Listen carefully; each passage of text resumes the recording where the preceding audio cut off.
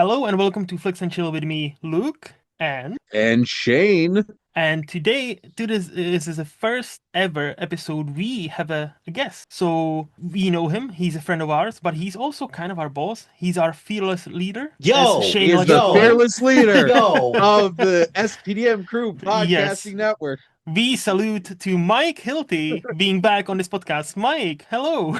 fearless leader is fine. Boss? Yes, boss. What do you mean? I kind of like it. But all of this Can to we say, say it like in Storks, where it's like, and he's going to be the the boss, boss. and never actually finish the word? Nice. Yeah, I'll take it. Yeah, Nice. it's all good. It's nice to have you, Mike. Thanks for inviting me on.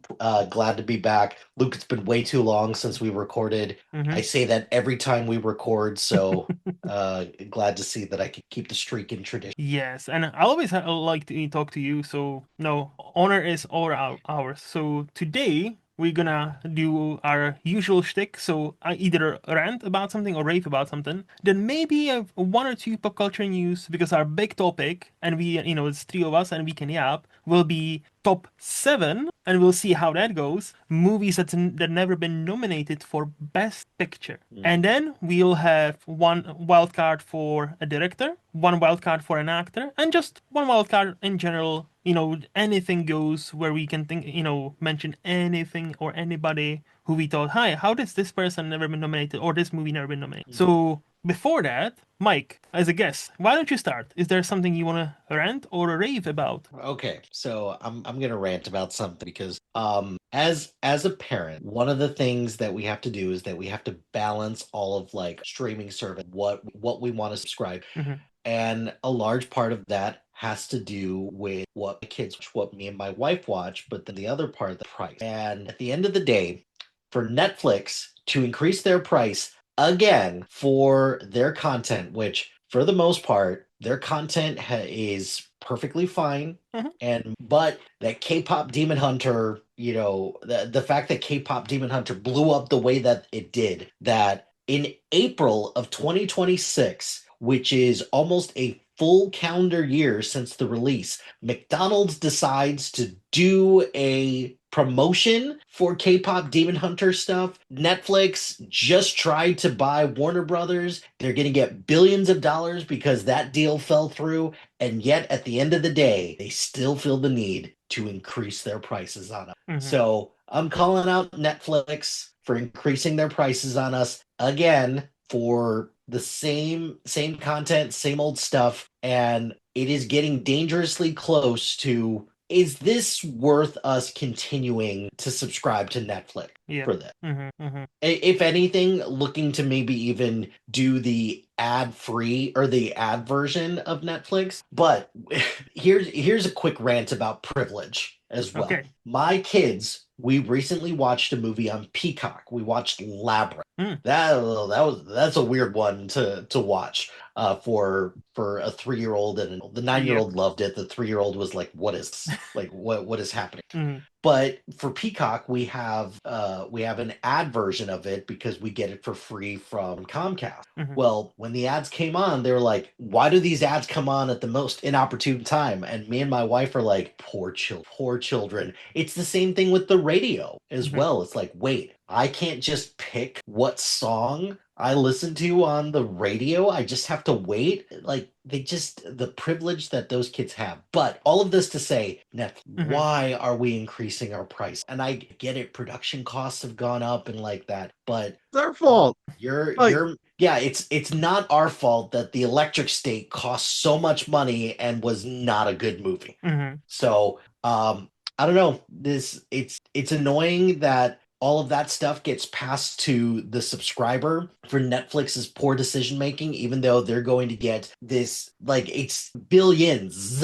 hmm Not just like $1 billion. They're gonna get a couple $1 billion for this like breakup fee with Warner Brothers, which allegedly Paramount is like, yeah, we'll pay for it. hmm How on earth are you all going to pay for all of Loans. this? Well, yeah, Loans. it's all going to be Saudi money. That's it. yep. So I don't know. I'm just Welcome to frustrated. America, sponsored to you by Saudi Arabia. Well, soon, welcome to capitalism, sponsored by this this country. Yeah. Yeah. I So would like to ask. I agree with everything you said, Mike. Like, yeah, I would like to ask which of your daughters has such a great vocabulary that they said inopportune time. Like, I was like, damn, 9-year-old says that. I feel very dumb. the 9-year-old, she is Wow. she's been in theater since she was 4, so her vocabulary has exploded. Wow. She was in a production of where she had a bunch of what is this like? Hmm. Did you also have to talk like this back then and doing in the newsy? Yeah, she had to do it in newsy speak, and good job. She started off with the newsy speak, but then part of the way through she was Well, this is Mike, not if you want to working. be a responsible parent and have her watch something where she could hear that kind of voice a lot, you should just throw on South Park. Hmm. I'm sure they would love it. That is not a serious recommendation, just to be clear. It's semi-serious But for me. to be fair, I did watch South Park when I was 6. So, and you can blame my stepbro. I did watch South Park, from the jump. I was Hmm. over 10 See. when that. So my daughter's 9, so I don't know. Her and I watched the last episode of Paradise season 2 Mm. together. So we're getting to the point where she's gonna start to watch like actual TV with me instead of what she's currently watching now, which is Victorious. Mhm. So, first, Netflix is the market leader in streaming, and they set the tone. If Netflix gets away with it, everybody else is going to do it, and they Mhm. all do.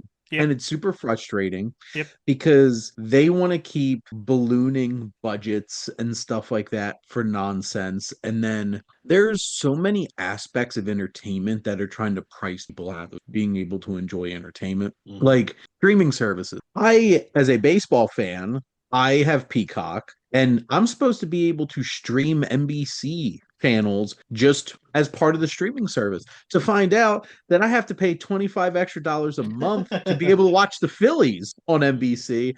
I'm like, what? So ridiculous. Speaking of the Phillies, it cost me $46 to get a nosebleed seat, and that was the cheapest seat in the stadium to watch the Diamondbacks play next weekend.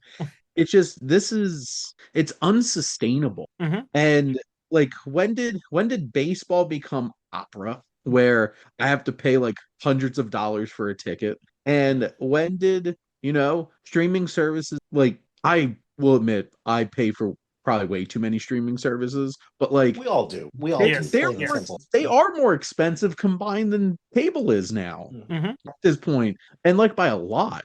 And this is And why it's just this like, generation is sorry to interrupt. This is why this generation is now more and more,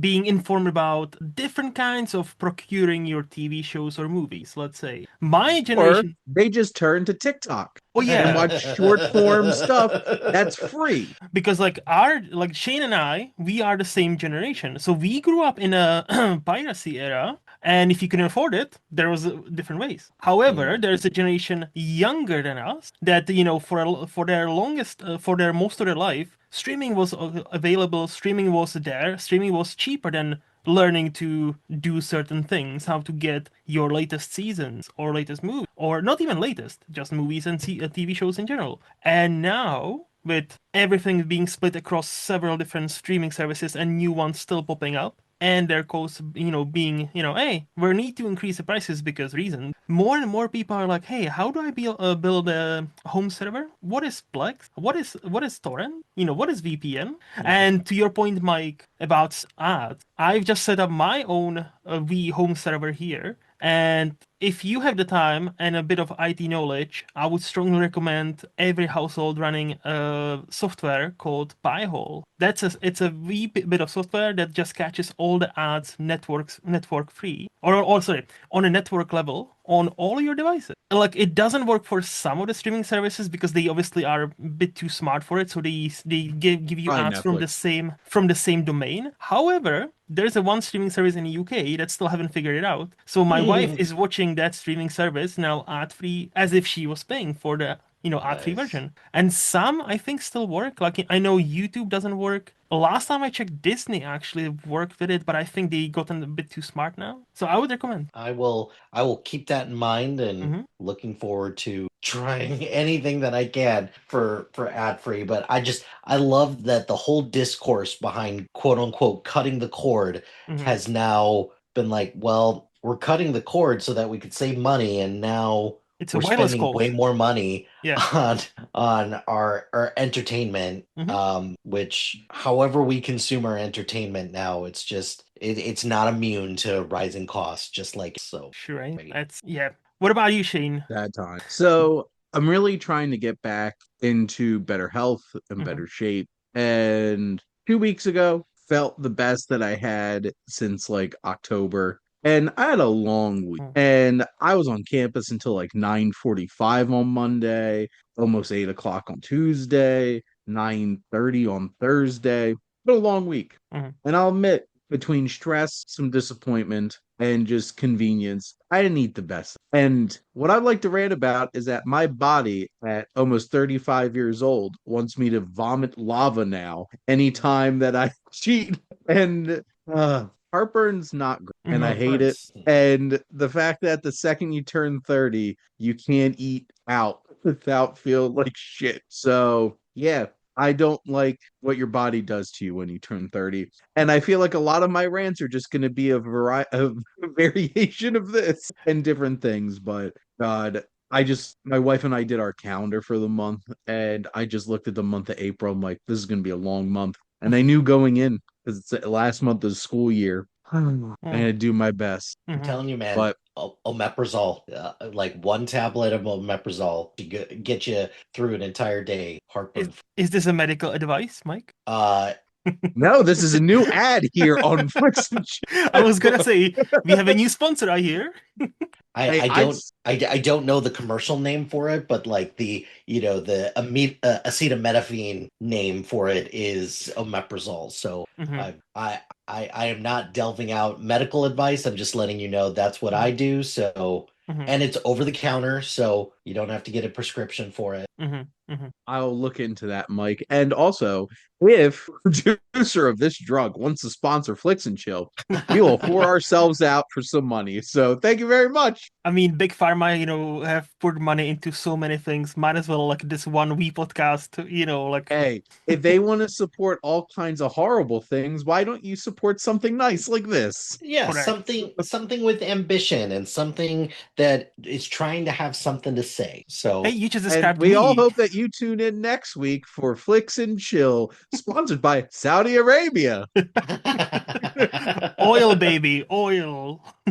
Except it's now, lack of oil because one president's like, "Hey, we're gonna attack one country," and they close the Strait of Hormuz because Luke, of that. don't make me rant about another thing because I'm paying almost $4 for a tank of gas when it was 260 like a month ago. yep. Yeah, Yeah. here it's the same. Like diesel here, it's almost at £2 per gallon, and petrol is like 158 or like 155, something crazy. And usually, like 2 months ago, it was like 135, 39-ish. So like Mhm. post-pandemic, it was always around that range. But like there was no like swings and roundabouts like before pandemic, right after the pandemic. Now, so yeah, like so I drive past this petrol station on my way from work, and I'm like 155. What the fuck? Yeah, I know why it's happening. I don't like it. Well, I don't get it. Like in the US, didn't we get Venezuelan oil? Like what Not is yet. Yeah, happening right where's now? that Venezuelan oil? So Yeah, this Where's is a where that money different. go to? So this is the different oil. So did you know there's a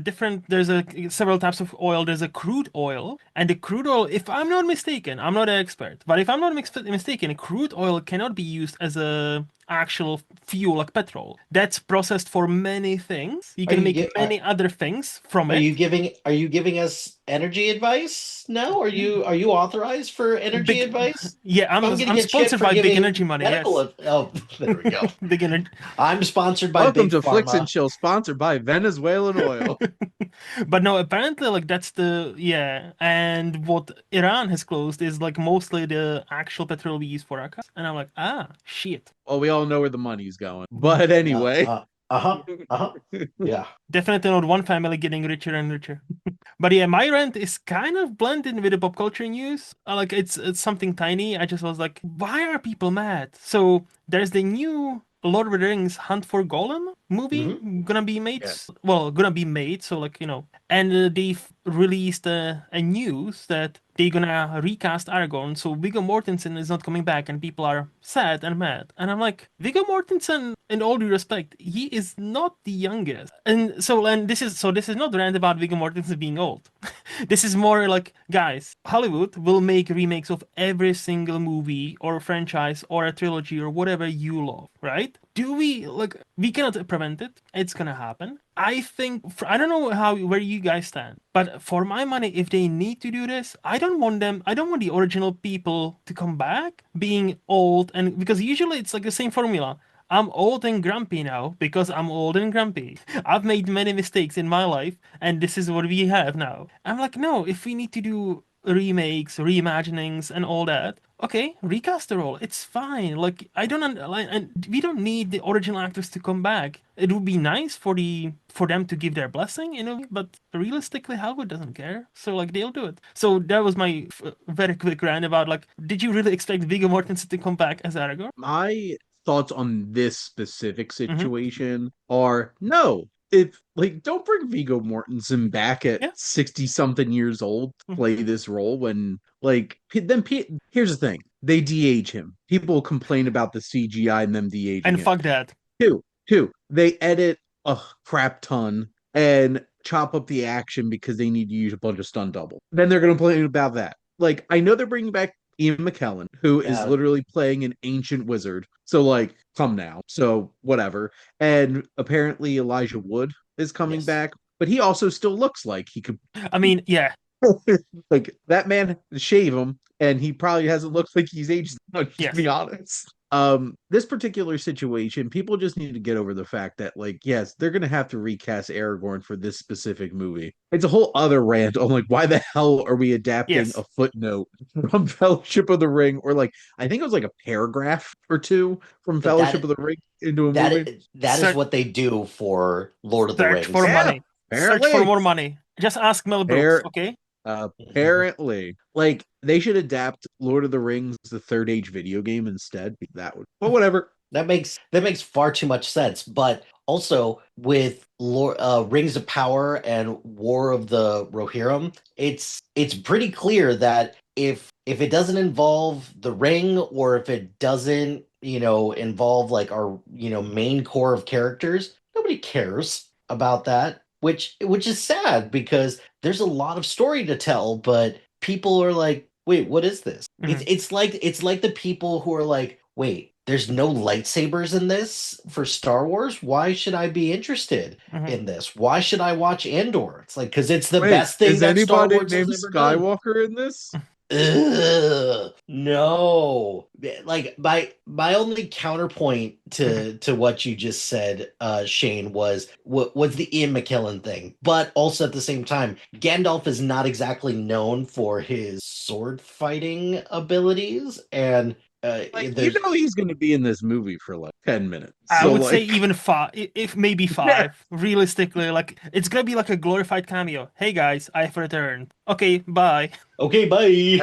Aragorn, I have this mission for you. Mm-hmm. Opening scene, and then not in the whole rest of the movie. And then like ending Maybe at the scene, very like end. he comes back. I'm glad you did that. You did very well. Thank you. It was like I watched this random Western earlier this year, and they advertised William H. Macy's in it. Mm-hmm. And he's in the opening scene, basically giving the main character his like mission. Mm-hmm. And I just turned to Jess and I'm just like, William H. Macy isn't in the rest of this movie. Mm-hmm. Like, this movie's 2 hours and 10 minutes. I can guarantee you he doesn't show up again. And spoiler alert to a Western that none of you have seen, didn't. Mm-hmm. So there we go. Do any of you guys have any pop culture news you want to discuss? So I just want to point out, so you know Mhm. how like what was it, 2 weeks ago they announced Ryan Gosling was going to be in the new Daniels film, I and was everybody's thinking like, about "Yay!" I was thinking And about the then same thing. Already yesterday out, yeah. he pulled out. Was it even two This weeks is ago? maybe it was even a week. I don't know. Like it was a very And short time span, yes. yeah, so this is my thing. We are in a society We do live in a society. that focuses way too much on pop culture news and insider baseball of how casting and all these things. We didn't need to know that Ryan Gosling got cast in the Daniels next film a week ago. Because you know what? Tons of these things don't even happen. Mhm. Like, why do we need to make a big to do about this? Because people need clicks on a website somewhere, or views on a YouTube video, or, views on a TikTok video at some point. And it's just like, just let people like do the thing, and then we'll find out when like a trailer releases or it gets a release date or something. I just feel like it's a bit of a microcosm of we hyperfixate too much on any little casting news of literally everything. And a bunch of the times that doesn't even happen. If Mhm. I had $1 for every time a Guillermo del Toro film was announced that he was was involved in a project, I Mhm. could retire Yep. at 34 years old Yep. in the United Yep. States in 2026. And that's a big deal. It's a lot of money. Hmm. So, But how else would you build up a hype, Shane? You It's all know, about the hype. because like literally, like I'm not even being cheeky now. Like Yeah. I've have heard, I'm sure you have also, so many interviews with actors, directors, all kinds of like professionals in a Hollywood in that kind of industry, and how it's sad that it's a legitimate question of young people mainly. How many Instagram followers do you have? How many TikTok followers? Like if there's a young up and coming actor or actress, apparently that's now a very valid question. How big is your social media following? So to your point, why do we do this? For exactly that. oh, For the I know clicks. Yeah, so for why the it's but it's it's mad. obnoxious. No, it is. Also, like that makes me wonder, like what happened there. Like I actually was gonna maybe bring it up. I was like, you know what? But okay, you brought it up. What the fuck happened there? Like he signed up on, like did he sign up for something before reading the script? Read the script, was like, this is too fucking weird. I'm out. Or were they like trying to hype up the movie that's not even made yet? Like, hey, this is actually happening, so let's make this stunt. Like Maybe something worked out with yeah, like, he has a contract with schedule, yeah. Disney. So like I don't know if something with his like a Star Wars Mm-hmm. follow-up Mm-hmm. or there's long gestating talks with Marvel Mm-hmm. materialized or something or other. Now when he's just But something happened. star of a a blockbuster, Project Hail Mary, Yeah. Or they certainly wanted to announce him being cast in that movie because Project Hail Mary's blowing up at the box office. So like hmm it just so it's like they're not even trying to hide just how obnoxiously money grubbing all this is. And it's not a good look, nope. Mm. entertainment industry. It's not a good look. You look desperate. hmm hmm Yeah, And whatever. if I ever learned anything from my desperate days of being a young man, you looking like you're trying too hard doesn't work out for you. Correct. Accurate. Just Mhm. ask So Bradley there you go. Cooper. Damn. And by the way, this is not to shit on Bradley Cooper. I actually like him, but like with his last movie, him trying desperately hard for that Oscar, I'm like, dude, we Maestro already tried too hard. yes. Um, Haven't his seen it. most Is this recent still movie where on? he made fun of himself, I I haven't thought seen it like yet, so yeah. he course corrected Okay, by okay. literally making fun of himself as the Because character he plays in it. as somebody who listens to quite a few movie podcasts and him being on there talking about Maestro specifically, I'm like, oh my God, I was dude, like, is this man no, okay? dude, like we get it. You're a serious director now. You getting calls from Spielberg. We get it. Okay, we get it. Like, tone it down a bit. We already like you. Like, like you're balancing on a very, like, it's a balancing You act. know, you know why Elle Fanning has such a humongous crush on Jack Black is Tell me. because he is completely comfortable in his skin and doing his thing and doesn't care what anybody else thinks. So That there video you of go. her and Dakota Fanning taking the detector, I actually watched, because of that clip, I actually watched the entire thing. Their relationship is so A, so sweet, and B, for both of them being brought up in this industry, and for both of them seemingly like growing into these like well-rounded women, like my head is off to their parents and all their like support system because they by all accounts seem like normal and then like they had a happy childhood and they were shielded from many bad things. So Hey, good on they're their normal people. parents. They love Jack Black too. No, yeah, so good on their parents, and I'm like, Elle Fanning seems she's slowly becoming one of my favorite actresses to follow because like she's taking on more and more interesting roles, and people are finally waking up like, hey, she actually has talent. So I was like, yes, yes, yes, good. What about you, Mike? Do you have anything you want to discuss pop culture wise? I recently heard that Academy Award winning writer, producer, Ryan Coogler is looking to an Animorphs TV series. And look, if this true, it does come to fruition. Mm-hmm. Yeah, I'm all here for it. Mm-hmm. I do find it hilarious that Nikki Glazer's joke at the Golden Globes does hold true. It's like we've got all these movie stars in the audience, and then she mentions, and then there's all these like TV stars, and mentions the same three people. It's like get out of my TV show space. Like, come on, like Mm-hmm. stay in your lane, dude. But no, if that Because is he's doing the X-Files too. Yep. he is doing the X-Files, and that's gonna be crazy. It's gonna be awesome, but it's gonna be crazy. But I'm very much looking forward to if he does produce an Animorphs TV show. I'm looking forward to like a good one because the original TV show for it was good. So What do you mean with all those amazing 90s special effects? I mean, it just like the Goosebumps TV show of like that wasn't good either. It got us through. Aw. It got us through. That's all it needs to do. So I had to look it There- up because I was like, have I even seen it? I don't think I've seen this. I'm just looking on IMDb and this looks fucking creepy. Oh, I read the books and watched the show. Okay. I loved those books growing up. Yep. But It is looking about- at that, Ryan Coogler, please take it. Yes, please make it. Like, because if anybody can make it weird and interesting and bizarre and actually gets me to watch it, it will be him. Because It would let be- that man do anything he wants. And Yes. and X-Files, Cut him that blank check and just let him Yeah. cook. well, the X-Files casting just was announced, and I was like, damn, two capable actors been cast. I was like, Who? it's I'm blanking on their names.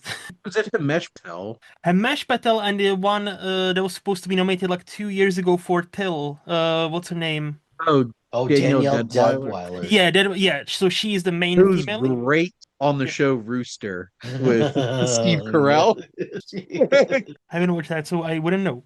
It's a funny show. Yeah. From Bill Lawrence, who's having a minute. He's gonna have a Drinking. good year. Scrubs, Rooster. Mhm. Ted Lasso allegedly sometime soon. So Oh, Yeah. that is coming September, no? I thought that was confirmed. Like, I'll believe it when I see it. Honestly, I can't look past next week because, like, as we're recording, we got The Boys, yep. Hacks, and I think one other. I'm like, holy shit! The final season Like- of The Boys, yeah. Yeah, and they got the new Darth Maul show starring on Disney Plus. I'm like, And that was already, by the way, have you seen that? That was already announced. Oh yeah, there's gonna be a second season. And I'm like, wait, have I missed that it's already came out? Like, did it do so well? comes out Monday. I was like, what? And people in the comments were the same. I'm like, has this show even came out? I was like, thank you. Okay, I'm not the only confused person here. There are some TV shows that get renewed before Yeah. they. Mhm. I don't see that very often with a Star Wars show. Mhm. You don't see that very often with an animated show, Mhm. and you don't see that very often with a Disney Plus show. Disney Plus takes forever to renew their stuff, or guess at least they they have- get the news out that like, hey, it's been a couple of months, so we're just gonna let you know that the Acolyte's not coming. Yeah. Really? Yeah. Really? Of all Still the mad things- about it. Of all the things that you possibly want to give a season two to, like that one might be one to at least give another shot to. You can't tease me with Darth Plagueis and then just casually be like, we're not going to give you any more. Well, they can because it's Disney. So I guess I still haven't seen Acolyte. I need to get to it. Even though now knowing it's been canceled and it's only one Well, season. Luke, you're either going to love it or you're going to hate it because I feel like that's the only There's no those are in your between. only two options with it. Like realistically, I'm a big Disney person, and I'm or sorry, not Disney. well, Disney kind of Star Wars. So like I'm a more of a defender, even those shows people don't necessarily like. So I might actually like this one because Star Wars is my sweet blind spot, you might say. So for some people it's Pixar movies, and for some people like me, it's Star Wars. So even the mediocre ones or not so very good ones, I'm like I can still find something to like about them. Yeah. Yeah, yeah, yeah, yeah, yeah, yeah, yeah, yeah, yeah, yeah. But I think we've covered quite a few pop culture things. Mhm. So I What a world we think live in. what a world. That is true. Money, oil, and pharmacy. Yeah, pharmaceutical. Battlestar Pharma. Galactica. Yeah, Battlestar. Bears, beats, Beats, Battlestar yes. But I think we can jump to the big topic. So as a reminder, it's top seven movies. They never been nominated for a Best Picture. And let's do it like this. Since Mike is our guest, you can go first. Then Shane goes, and then I'll go. Because I have about 12 movies, so I hope you will knock some of these off my list. So, I Mike, have about Are we I have doing about any kind of punt rule? I think we can just do. Oh, this was on my list, and we can talk about it now. Like, you will talk Okay, about it also. But I don't we play think. the ball where Yeah. it lies. Because I don't actually have them. I don't know about you guys. I don't know how you have it ranked because I don't actually have them ranked. I just. So. I have mine Oh, ranked, even I was though going 7-1. okay, okay. So I'm more fluid. Nowadays everything is fluid. So my okay. ranking is also fluid. Mhm. But I was also going to ask, so before we get into the nitty-gritty of this, how did you actually decide on what is your list? What is on your list? Like, was it your personal favorites? Because like I was like, oh, why don't I just put top 10 movies of what I like and these should all be nominated? And I'm like, I decided on try to be like as culturally relevant as possible. So, this movie you still talk about, and can you believe this movie we all talk about has actually been not nominated for a Best Picture? How did you guys, did you do this, or is this mostly your favorite movie? Yes. I just went to my top my letterbox top 500 Okay, list and just started going through and being like, that wasn't nominated for best picture. so like obviously there's one that's like in my top three, but I genuinely tried my hardest. So like these are not even like my like favorite movies, but they are still I would consider like great movies. So this will be interesting. Okay, so Mike, why don't you kick us off? So I think this one is probably, first of all, this was kind of a tricky exercise to Hmm. narrow it down to 10 and now Yep. 7. I took a look at the movies that I liked, that I thought were culturally relevant, and it just made me scratch my head. It's like, really? Really? And kind of came to the same general conclusion that a Mhm. lot of these are genre films that don't get a lot of love anyways at the Academy Awards, or they're blockbuster hits that the Academy doesn't consider prestigious enough, Yes. or anything like that. But one that I quite enjoy, and it kind of perplexes me a little bit that it never got a nomination for Best Picture. My number 7, I guess, was the Good, the Bad, the Ugly. Yep. On my list too.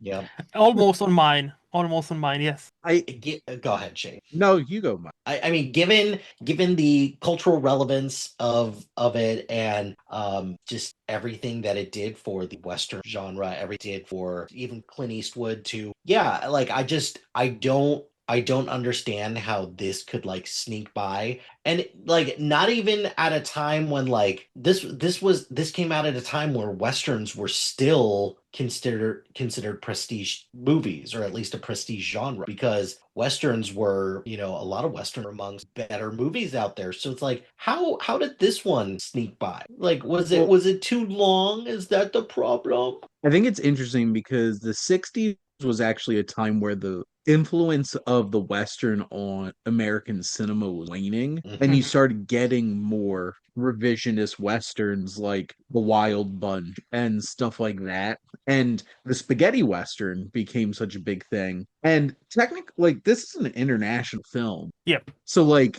international films were not like they didn't get Best Picture nom very often, and they're starting to now. And because like this was an Italian film, Hmm. they just redubbed the actors back in the movie when they released it here. And this really did revitalize the Western, the spaghetti Western. This is like the spaghetti western. Hmm. And Sergio Leone was an absolutely incredible filmmaker. And his work was really underappreciated and also really mangled by American studios and stuff like that. Hmm. And this is one of those types of films where it's just like it has become so iconic, but this probably wasn't even on the Academy's radar at Nope. that point. And it's a shame because it's an incredibly made film. And if you want to get into what it wasn't about anything, like this actually does have a lot to say about it tackled war and morality.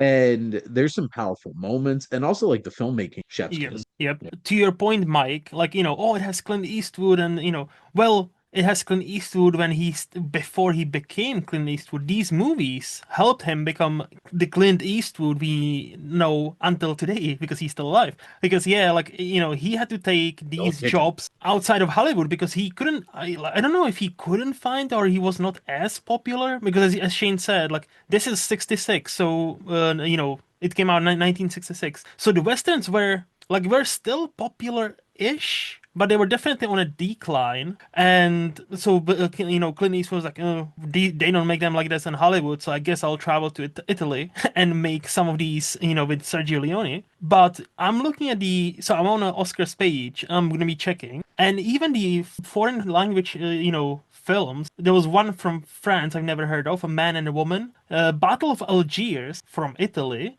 Loves of a Well, Blonde.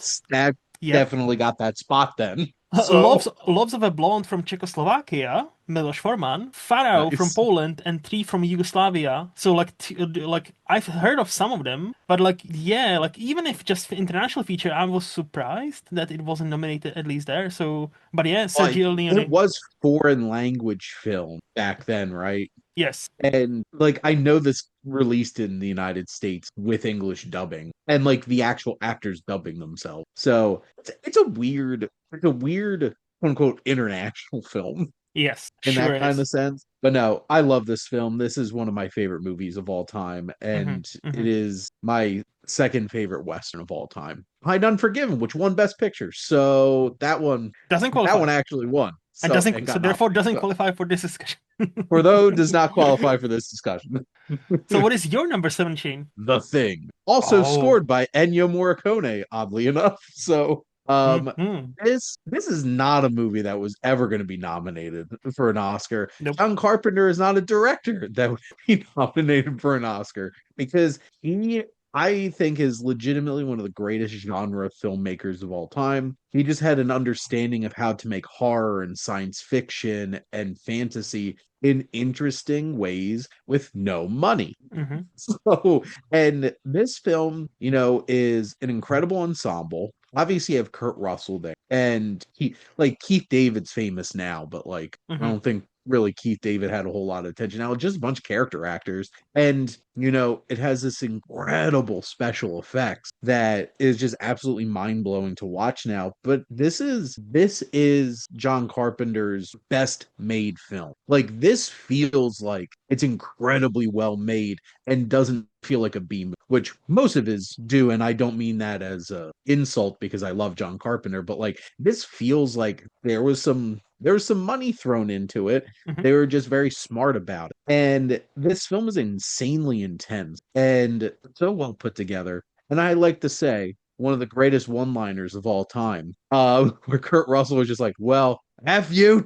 It's just the dynamite at the alien at the end. Hmm. Beautiful.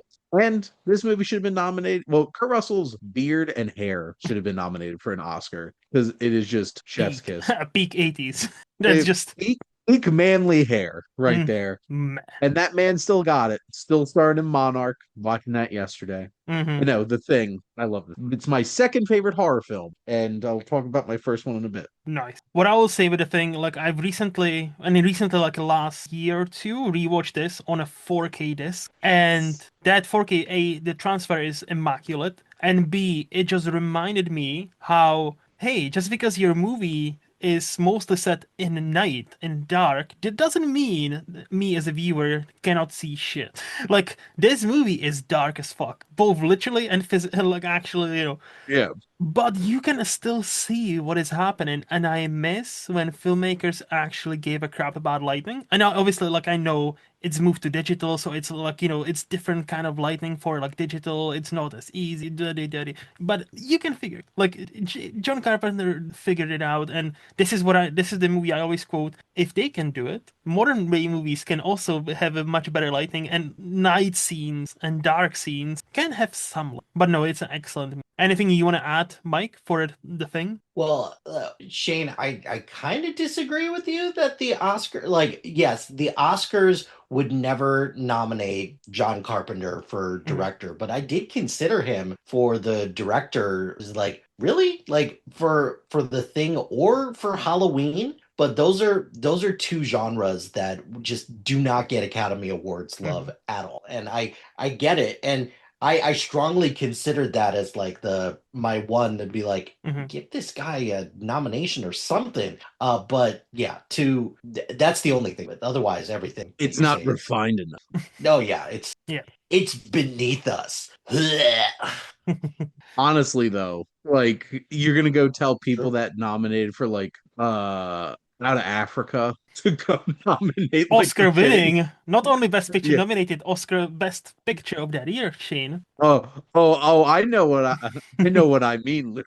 Yep, yep. So So Luke, what's your first one? I'm thinking, so I'll do the big blockbustery things later because I think we might talk about a few of them. So my first thing would probably be, you know what? Let's keep on the theme of Ennio Morricone and let's mention the other spaghetti western. So Once Upon a Time in the West. That's the other Sergio Morricone. That's just if there's a movie that or movies that surpass, hey, this is not just a great western, but this is a great movie. And Yep. for me, we talked about this already, Shane, on a previous episode. For me, my favorite western, it's a flip of a coin between Once Upon a Time in the West and The Good, the Bad, and the Ugly. And like any day, that coin can land either way. I would not be mad because both are excellent movies. For this one specifically, you have that haunting theme that's been used in so many like Mm. commercials and stuff. So it's kind of like when you actually see it in a movie, it doesn't have the same impact, or might not have the same impact. But you have Claudia Cardinal just looking breathtaking. You have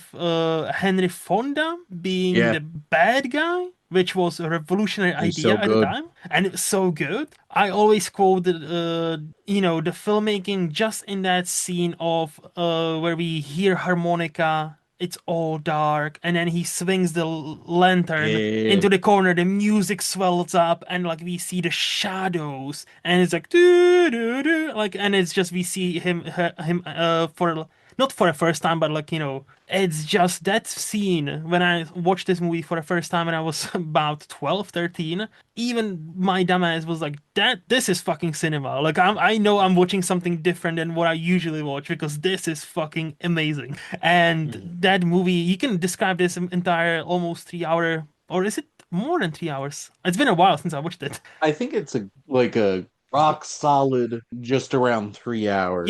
I think it's Oh, also it's one of those that it's has a different cuts. 165 minutes, so it's what 245. Yes, I think it's also one of those that has technically nice Sheen showing us his what is it, DVD? Extra thick DVD of Once Upon a Earthy. Time in I like Hollywood. it. Yeah. That's what she said.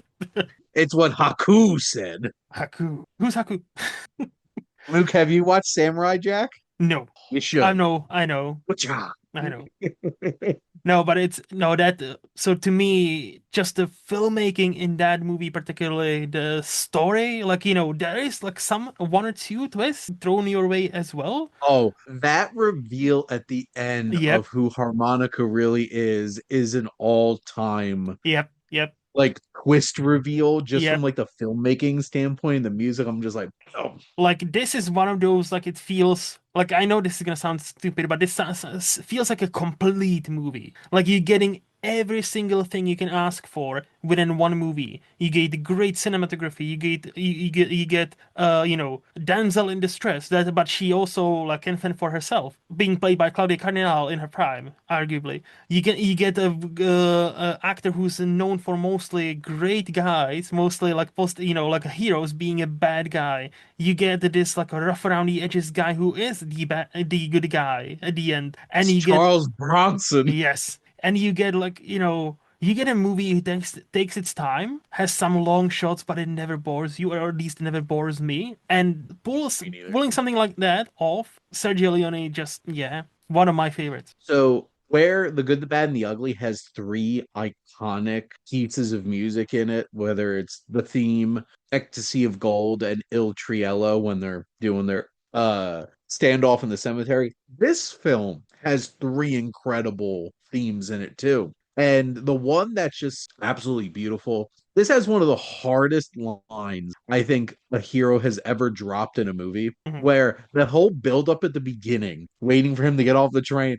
and they're like, "Oh, looks like we didn't bring you a horse." They're like, "No, you brought two too many." I'm like, "Oh Yeah, shit!" I just Oh my god, it's incredible. hmm And Jason Robards' Diane is one of my favorite supporting characters in a movie. He's on Tuco level of almost stealing the whole entire show by yeah. just being that charismatic. And Jason Robards, who would, what, 10 years later win back-to-back Oscars for Best Supporting Actor. Man was a fantastic actor. This had a great cast. hmm And yes, Claudia Cardinale is a beautiful woman. And you want to know how you make audiences hate Henry Fonda? Have that man cold eyes stared shoot a kid dead. In the first scene they introduce him, I'm like, this is the juror number 7, or was it juror number 8? From 12 Angry Men. hmm This is like this is the guy from Grapes of Wrath just coming up and shooting a kid cold dead. And there was the like I think Sergio Leone was openly talking about how yes, this he is a stereotypically good American, so that's why I casted him as a bad guy because nobody would expect that. Well, and he was Henry Fonda was going to wear eye contacts. He's like, no, I want those piercing blue eyes to be Yep, staring dead at you. I'm like, it's great. yep, This I love Wes. same, especially those two we just mentioned. Yep. All So right, Mike, what do you got next? My next one, I was thinking that this was going to be like the Christopher Nolan side of it. It's like which Christopher Nolan movie did I think was should have been nominated for Best Picture, but in the end it just turned out to be why wasn't The Dark Knight nominated for Best Picture? mhm, And that's on my list. it's Yeah. it's like it's because it's a superhero Mhm, movie. mhm. Like that's it. That's the only reason why. It's the reason why we have like 10 nominations and we're still not happy Yeah. with with the ones that get nominated now. So It's literally the reason because there was such a backlash. The next year they expanded it to 10, and ever since then we have 10 movies per year. So yeah, Well, it's 10-ish, always been up to 10. expanded. Up to 10. What up to, yeah. was it like 3 years ago? They made it that you had to nominate 10, and before that, it was some kind of mathematical hmm equation. It was between like 7 to 10 or whatever the hell it hmm was. And there were Something some like that. years where there's 8 or 9. But hmm yeah, math. Why Yeah. you came to Flicks and Chill. Yes. Learn math. Of But course, anyway, but the fact that this made so much money, the legend that now is unfortunately Heath Ledger's timely, like untimely death, hmm like also properly recognized as like I still wonder if Heath Ledger hadn't have died, would he have won? Would he have been nominated? Yes, but would he have won? I can answer it now. I think he would have, and we Yeah. probably how I know because they What? didn't do the same for Chadwick Boseman. In Because like I feel like that ultimately proved that like hey, Chadwick died and we planned this entire ceremony to honor him. Mhm. However, no, Anthony Hopkins will win it. And I'm Yeah. like I feel like Yeah.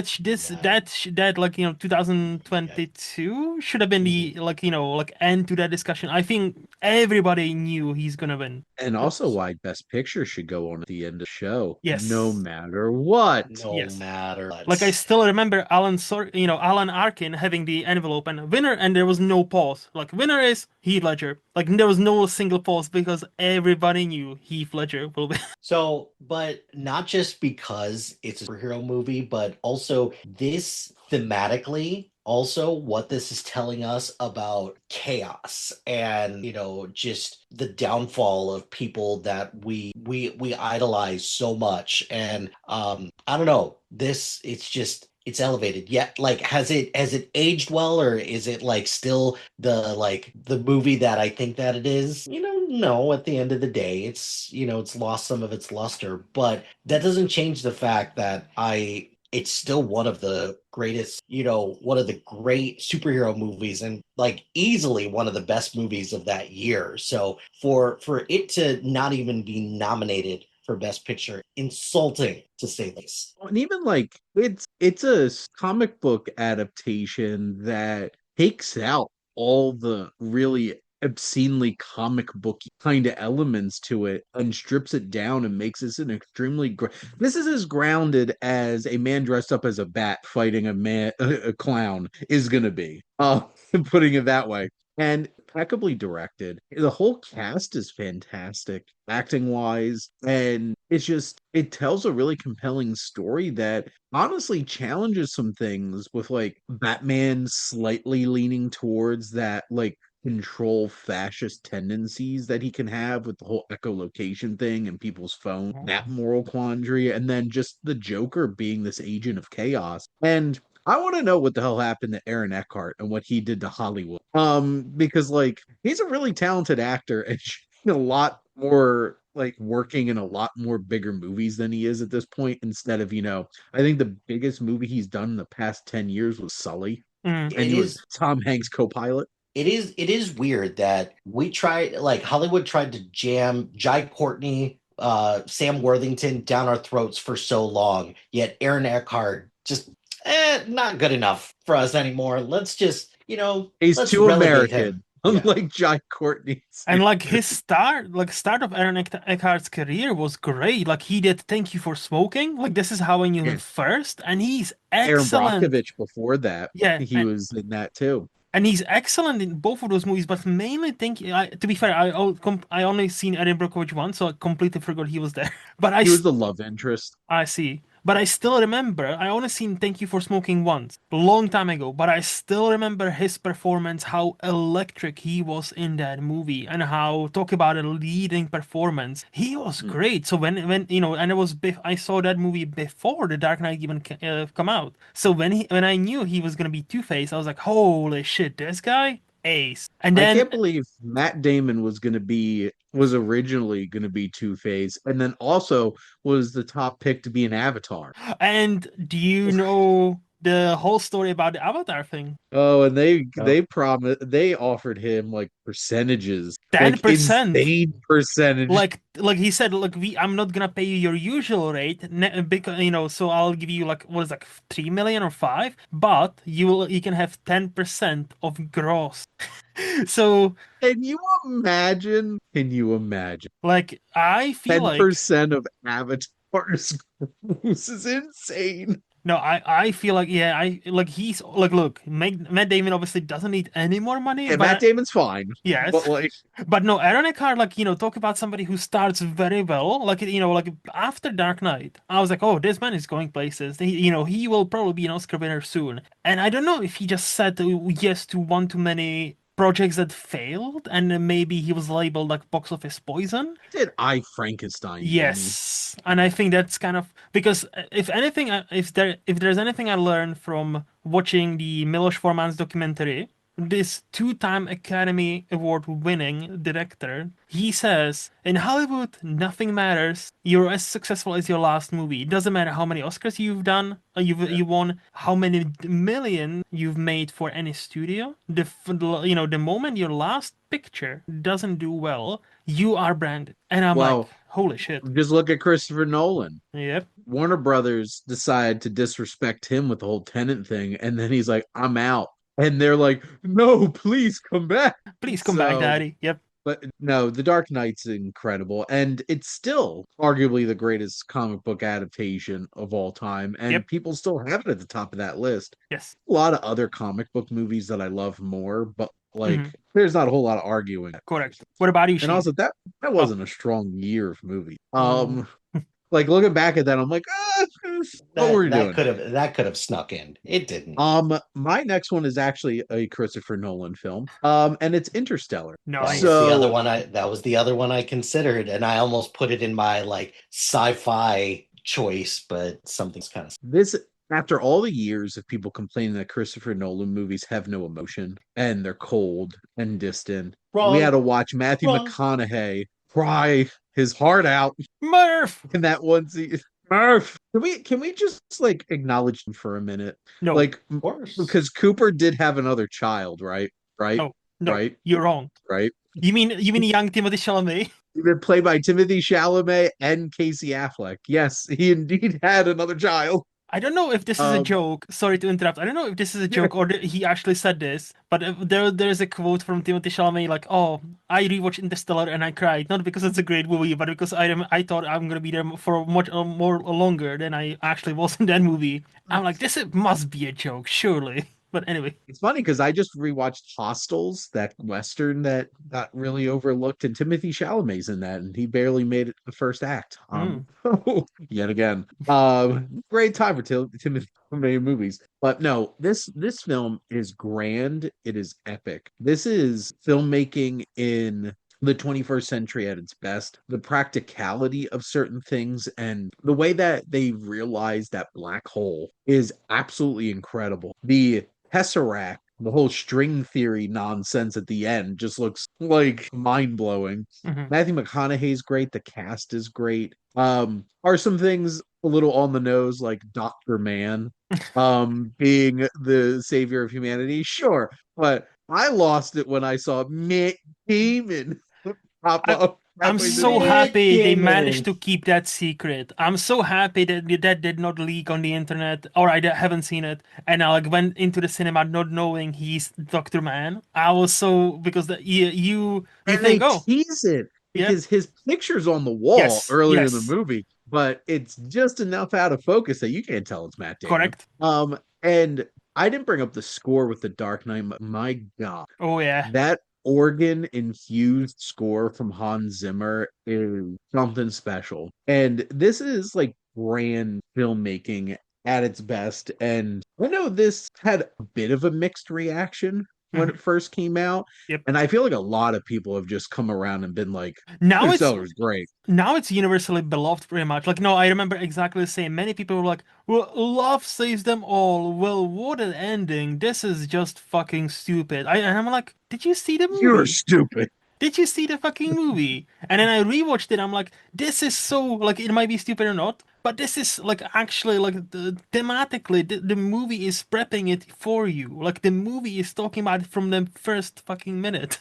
Like, and I yeah, to your point about I just also love when Hans Zimmer plays with his organ too. Like that music. Between this and Dead Man's Chest, like Hmm. the organ is strong. And honestly, I actually love organs. So like listening to that in this movie is just, especially the docking Oh sequence is insane. yes, And the different planets, that water planet is that's my favorite scene. terrifying. And God, the second that video popped up and it's Jessica Chastain and not Mackenzie Foy, Yep. and you're like, oh no. Like But yeah, this movie is incredible. I love I watched this twice in the cinemas when it came out, and both times, like when the wave thing happened, like the first time I watched this, and I was like, "This is a wave," and it just pans out. You see the massive sheer size of it, and the organ music swells up. I got chills, and I don't get chills that often. I was like, that "Holy is no moon. fuck!" Yeah, And I just can't imagine watching this in IMAX because that would have been out of body experience. Like watching, like I would love to watch certain movies, not only in the cinemas but in IMAX. Yeah, that would have been something special. And Interstellar is something special, and it's also my favorite Nolan movie. So for my next pick, I'm gonna go back to basics or back to the 60s, and you're doing a series on him right now, Shane. Alfred Hitchcock. So obviously never been. Which one? I know, Which right? So he's never been nominated. Sorry, he has been nominated 5 times for Director, never won, famously. But this landmark of a movie not being nominated for Best Picture, again, we're talking about horror movie. Psycho. The Mhm. fact that Psycho is not, no, like I guess because it was what we said before, it's a genre pick. And I think at the time, reaction to Psycho were not actually positive. People were hating on it. People were like, oh, Mhm. this is kind of dumb. You have a main actress, you have this superstar at Eggs the on time. their face. Yeah. You have Janet Leigh, this superstar, and you kill her off like not even halfway through the movie. What is this? Like, but like Psycho, like rewatching it last year, it's such a well-crafted movie. It's well-paced. And obviously, the music that's been done and parodied to death, but it still works within the movie. There's Hitchcock understands tension, and just like her being stopped and having her ID checked by the cop, and you can like when like this shows like like she's like grabbing the wheel, and maybe am I gonna run or is she gonna run? Is she not gonna run? What's gonna happen next? Like those tiny scenes is what I miss about modern day cinema. It's like the tiny that focus on those tiny details that tell you so much about how the character is feeling without telling you how it's feeling. It's showing you and aren't telling you. It's such a great movie, and I understand why it wasn't nominated for Best Picture, but I don't understand. It's so interesting because if you look at the context of Hitchcock when he came over to the United States, literally his first two movies in the United States were nominated for Best Picture in the same year, Hmm. and Rebecca won Best Picture. Yep. And then you get to the 60s, which is considered his prime. Because, like, Rebecca was literally 1940. Yep. And you skip 20 years, and what most people think about Hitchcock, his greatest films are that string of Psycho and Vertigo and Rear Window and North by Northwest. North by Northwest and The All Birds. four of And like those are on my list in some capacity. Yep. Yep. Yep. and you have all of those there, and it's just like, nope, no, we're not going to nominate. I feel like, and you got films like Doc Doolittle, like with Rex Harrison being nominated for Best Picture in the What do you have 60s. against talking to the animals? If I could talk to the animals, You walk know how with many the times I've watched that movie? A lot. But just saying, up against something like Psycho and stuff like that, this were a weird time because you still had stuff like that, but then you had stuff like In the Heat of the Night, and Bonnie and Clyde starting to get attention. But then Hitchcock just got ignored. And Yeah. you could have picked Rear Window, Psycho, Vertigo, or North by Northwest. Any of the four of them could have easily just been like, what are you doing? Like, Yeah. what are we even doing here? So, Shane, if you want to ask what are we even doing, I looked up the nominee for 1961, honoring the 1960 movies where Yep. Psycho came out. So, the winner was The Apartment, fair. Yes. And such nominees, four other nominees, were such classics as The Alamo, Elmer Gantry, Sons Gantry. and Lovers, and The Sundowner. I haven't heard of three of those five. I heard of The Alamo, and I heard of, obviously, I've seen The Apartment, but Is yeah, that that's the movie where we were the good guys, right? Supposedly, well, it's John supposedly, Wayne, producer. I haven't seen The Alamo. supposedly. Don't know. You tell me. Like, I'm surprised. You must have seen it, right? I've never watched The Alamo, but trust Oh, me, I know it was literally directed by John well, yeah, yeah. as Davy Crockett.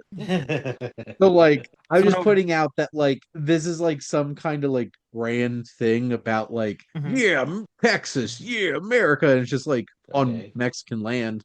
Lost the Alamo. Okay, cool. And they did. They did indeed. But it was a heroic loss, Mike. And who got the last laugh? Texas is America. So, yeah. So, Psycho should have been nominated for Best Picture. Especially Yes. like, if you don't have a lineup of like five bangers, like, like 1975, where it's like, oh yeah, Yeah. it's hard to knock something out of that lineup. But if you have this lineup, and I'm like, I don't. I haven't. Movie lover and cinephile have not heard 3 out of those 5 ever in my life. Yeah. Yeah. Anyway. Wait, because Psycho's a technical master Mhm. class in suspense Mhm. filmmaking, and Mhm. like, what are we doing? well, you hear this from when an actor gets nominated for a tag that's like, Academy Award nominee, blah blah. Yeah. You don't hear about that crap for like best picture for certain movies. Like you're not going to look through and be like, "Hey, would you like to watch Academy Award nominated movie The Alamo?" No. No, of course not. But you look at something like Psycho and be like, "Oh, like it sticks out more like a sore thumb Yeah. when it's not nominated versus when it is nominated and it's like, really? This is about to come up with?" Except, so a little story. At Czech TV, when they were showing Flashdance, the original Flashdance, they advertised it, and I'm not even joking. Oscar-winning picture Flashdance, and I was like, "Wait, Oscar-winning? What?" Yes, because it won for Original the song. song. Yeah. So it was like, we are bringing you this Oscar-winning American movie from 1984, Flashdance, about this, and it was back in the What a day. feeling. Yes, when there was like the like an when you had like introduction before big movie like Mhm. done on this like a Czech TV, national TV, and they were like basically recap what you about to watch, and like they won an Oscar, and I'm like, huh? Oh yeah, song. I guess yeah, technically it is a best best Oscar winning movie. To That your should point. be Luke, that should be like one of the topics that you do is like that won a Oscar? Really? Like we live in a world where, some of these movies don't even get nominated and yeah, I Suicide hate to Squad pick 2016. yeah, I Literally, I hate was to gonna say the same thing. I hate to pick on that one or I hate to pick on something like, I don't know, Hustle and Flow for example. It's like Hustle and Or Flow has even if won you more stretch Oscars. it to nominee, Mhm. not Oscar nominee Norbit. Yeah. Yeah. Oh We can. my. No, thank you for that. We'll definitely do that episode at some point. Yeah. But Mike, what is your third choice? My third choice is the Jim Carrey bracket. It's like, which Jim Carrey movie do we Okay. think should have been nominated for Best Picture? And I it's Eternal Sunshine of the Spotless. it's a So, different Jim Carrey movie than on my list. On you go. oh, that one is on my honorable mentions then. Okay. But Eternal Sunshine, this is again a case of it's a genre movie. It's weird. Like, and the Academy Award sometimes just doesn't like weird movies. But I really do think they also have a vendetta against Jim Carrey. Like they don't like the guy, and that's stupid because he is arguably one of the funniest people in Hollywood ever. But then also when he tries to take these swings, like the guy can like actually legitimately do stuff. Wow, it's Hmm. great stuff. But then also the whole concept of this movie, it is sci-fi through and through, but also it's just so meaningful. Everybody, like, okay, maybe not every, but a large amount of the population has encountered something like Yeah. when you lose somebody that you love, whether it's the breakup is amicable or not amicable, and the pain that you experience, what you would give in order to just fast forward, get out of it's really, I don't know, it's just a very meaningful question Hmm. to ask. And if anything, isn't that why we have movies in the first place, to ask these tough questions, present solutions, stick and full. But whatever, who cares? It's too weird for us. But then you look at, I'm looking it up. Right? What else was 'Cause what year nominated? did this come out? Came out in 2004. So the Okay. nominee. Probably Finding Neverland. Perfect. So I So we've have got it. Oh, sorry. Finding Neverland, Million Dollar Baby, The Aviator, Sideways, and the one that I would probably remove from this is Ray, because Ray is a standard biopic. Whereas all the other ones I think were worthy nominees. As much as I really love Finding Neverland, it doesn't strike me as like a best picture. And I say So are it. we saying the two biopics on here? Well, actually, there's Oh, three there's a third biopics on here, biopic. Yeah. but the third biopic was made by Martin Scorsese, and like, Yeah, and Leo.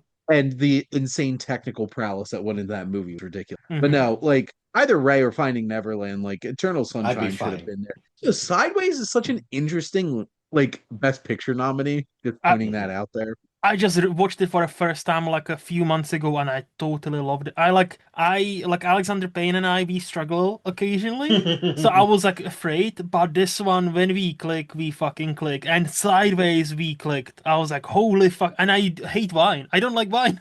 I couldn't relate on anything like, why are you so into wine? And then I look at my letterbox, then I'm like, oh, yeah, never Oh, mind. that's why. I That's understand. why. I understand. When you have the obsession for something like that, I totally understand. So what's interesting is I hated Eternal Sunshine the first time I watched it. Hmm. And I put that and I hated her the first time I watched it. Ooh. And realizing that when I watched them back in college, I hated the idea in them so much that it got in the way of me appreciating what the film was saying about. Yep. So, like, me personally, I would never erase any memory that I've had Hmm. because they all made me who I am today. So, me sitting there Yeah. watching this is like a 20-year-old just like, why would you do this? Yep. Me being mad at the movie for that. But then, the film navigates it like, no, you really shouldn't do this. Yeah. And there's some really messed up shit that happens in this movie. Like the whole Hmm. Tom Wilkinson thing with Kirsten Dunst, I'm like, ugh. But no, like this is such a creative film, and Jim Carrey and Kate Winslet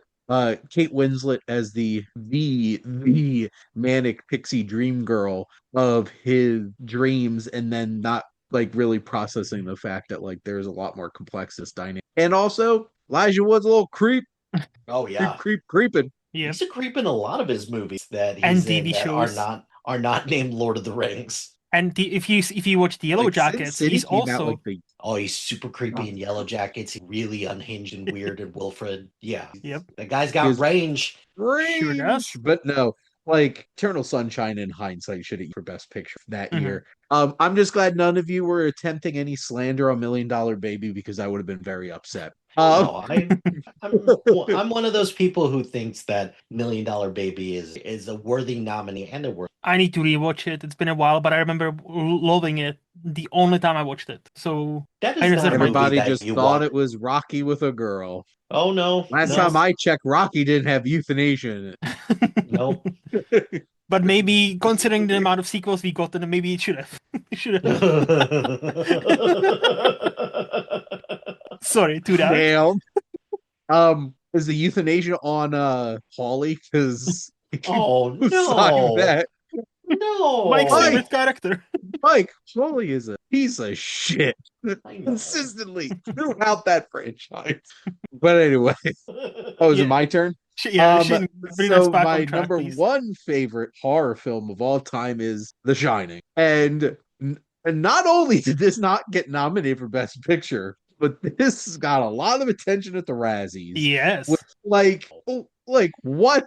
I get it. This was a jarring experience for people, but I hate the Razzie. Well, this is a whole entire other thing, but like I don't like I have people like, when's your worst of list coming out for the year? I'm like, I don't do shit. Hmm. I don't like going out of my way to celebrate the bad. I'll review a film and talk about the bad, but I don't like celebrating. Yep. And in what right mind is The Shining one of the worst films of 1980? It's not. Like, what are you talking about? But this film is impeccably crafted and purposefully makes no sense in places. And that's just how 4D chess Stanley Kubrick was doing on this film. The music is haunting, the visuals are striking, the technical prowess. Jack Nicholson gives one of the most unhinged performances I have ever seen in a movie. And it is terrifying.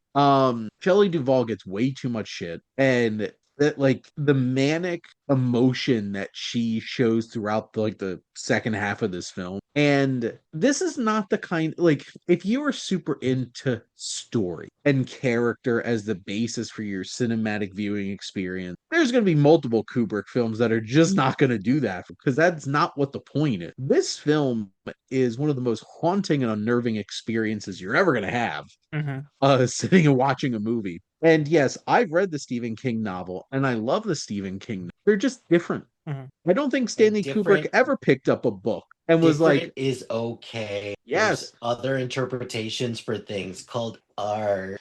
art. It's like, I don't think Stanley Kubrick ever picked up a book and was like, I'm going to adapt this exactly how this should be. He's like, you know what? I like that. This is my shit now.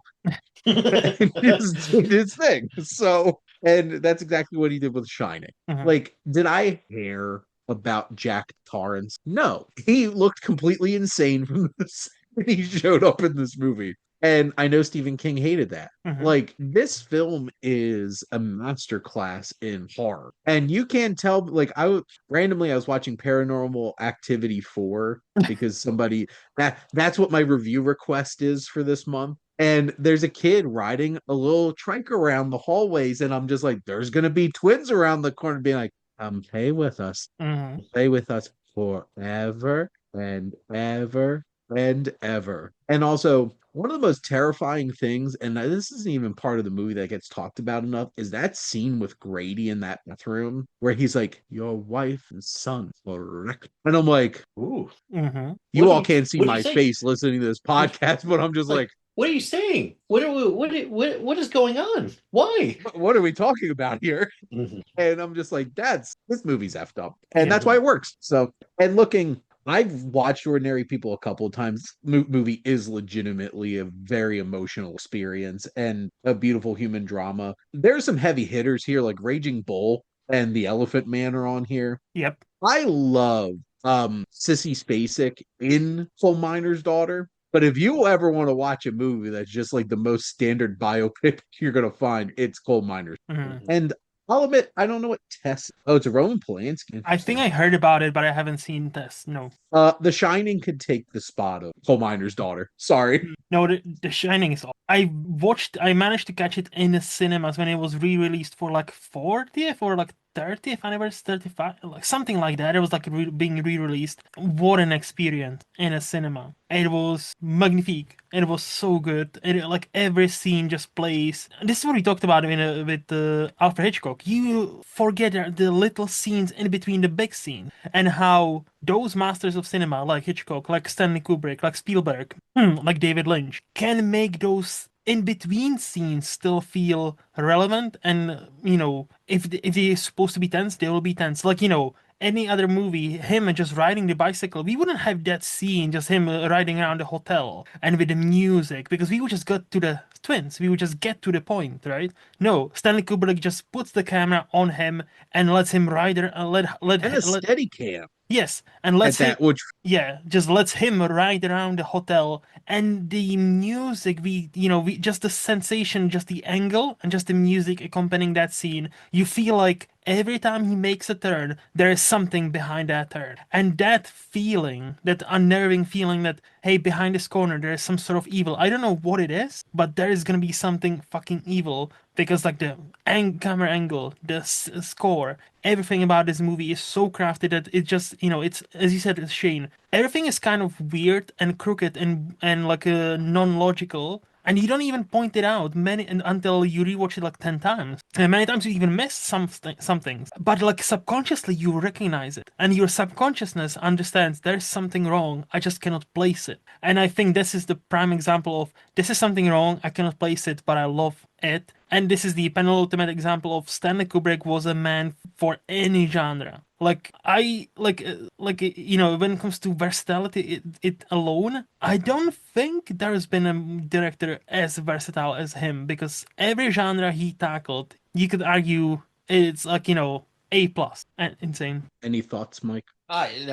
I think that the fact that so many of Stanley Kubrick's movies just at the time are just so misunderstood and just not seen are, I don't know, just that's just the hallmark of just somebody who just so ahead of time that Hmm. is like, I had like another one of his that I had him like, look, I get it, 2001 is not for everybody, but in time can't deny that, and you can't deny that it's an amazing film, technically as well. But again, both of this and The Shining have in common in a genre that is something that the Academy Is that not. a formal choice of yours? I just Okay, just Because checking. I was not, we're gonna bring it up because I'm pretty sure it's very high on Shane's list. So I wouldn't be surprised if we're gonna I talk about bet 2000. sorry. Yep, Well, no, yep. I'm just Luke. Is it on your formal seven? No, because I Okay. I thought I You're know like, you. Shane's gonna talk about it. That's fine. I know Um, Shane.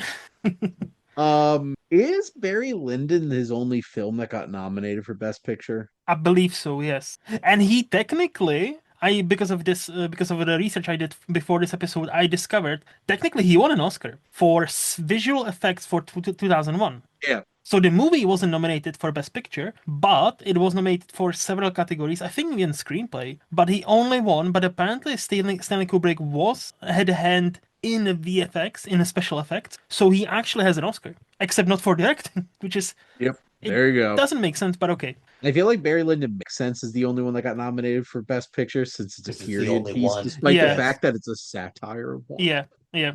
It was making fun of it the whole time. Whatever. So I know. So I'm gonna do another Hitchcock. I'm boring, and this might again, as we talked about it with the westerns, it's a flip of a coin between Psycho and this movie for me for best Hitchcock, and that's a Rear Window. Rear Window in it's such an influential movie. It's on pretty much everything is one location.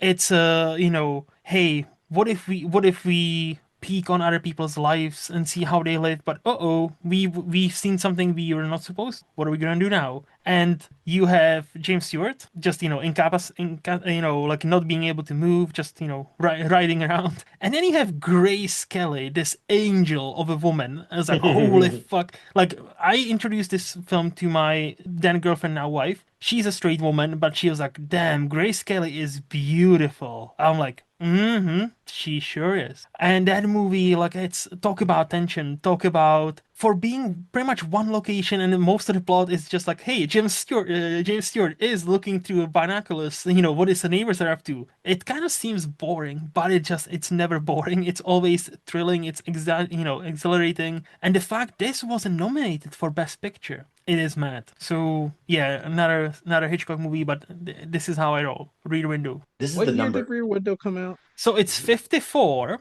and I have nominees for 1955. So the no on the Waterfront won, Shane. So you'll be very happy with that. The Yep. nominees And were then the rest. The Kane Mutiny, The Country Girl, which Country Girl is an amazing movie, also starring Grace Kelly, Seven Brides for Seven Brothers, and Three Coins in a Fountain. And I'm like, out of the Seven brides for seven brides for seven brothers is like the most. Look, we made a musical. Mhm.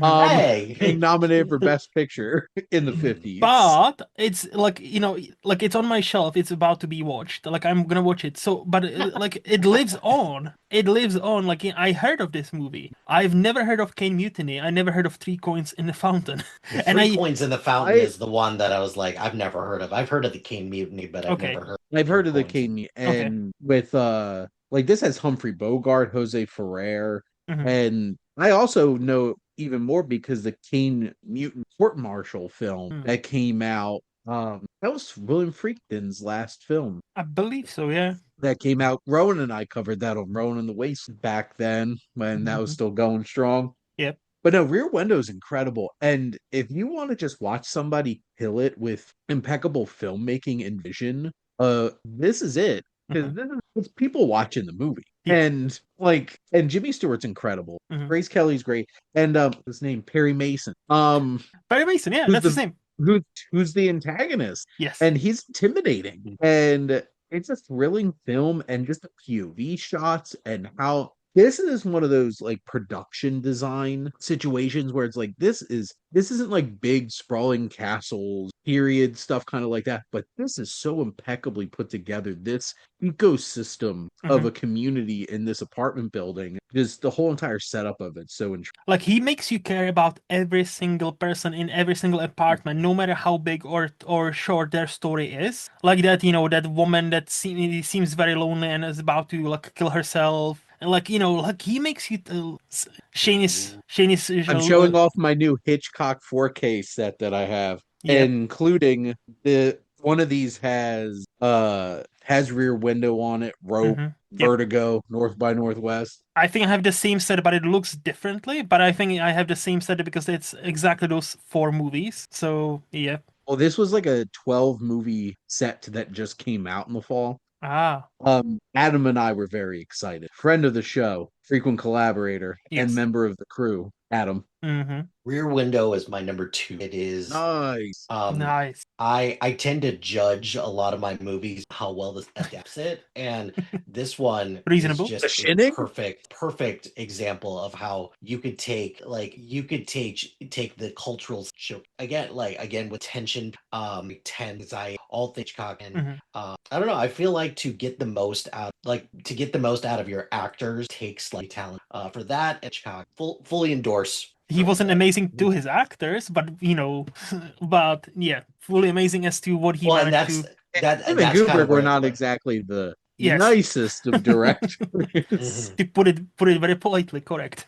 Very politely. So, Mike, What's what next, about Mike? number four? So it was a toss up between two foreign films, and this is more of a sentimental pick. I love the Amelie, so the fact that it was not nominated Nice. for Best Picture bums me out to no extent. I look at the movies that were nominated for the 2002 Mhm. Academy Awards, Lord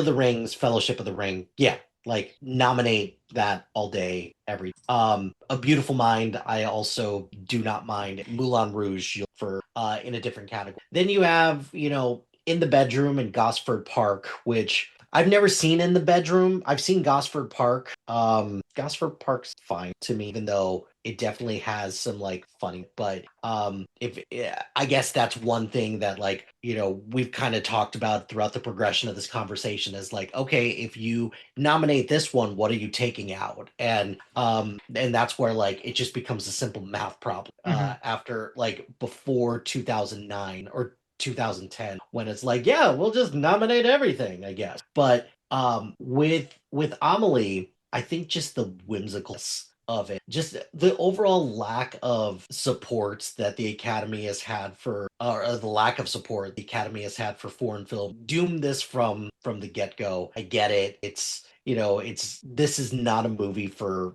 everybody, unfortunately, even though it's like, to me, it's just one of those timeless, fun story. And weird. It's Mhm. weird. It's super weird. It's French. It's French, yeah, and Very French. I just I just rewatched Ratatouille recently, or last night actually, and I hate to be rude, but we're French and we got to cook, and Linguini is like, couldn't you have said we've got it instead? But the like Amelie is just like a personal favorite. I adored it, and although it was nominated for best film, it didn't win that either. So that I'm a big fan of Genet and Carol, just, and with Delicatessen, The City of Lost Children, and Amelie was Genet going off on his own. And it's such a strange rom-com in such a fun way. It's so damn charming. And, they nominated Chocolat for Best Picture the year before. So, like, why couldn't you have nominated Amelie? Because they didn't have to read subtitles, Shane. I guess. I guess so. To be fair, they also did nominate Crouching Tiger, Hidden Dragon for Best Picture the year before too. well, But they've that done, had for yeah. sure. Well, but and then And that movie's couple awesome. couple years before that, you had also Life is, El And Postman. a beepity boppity bee all through the 90s. Yes.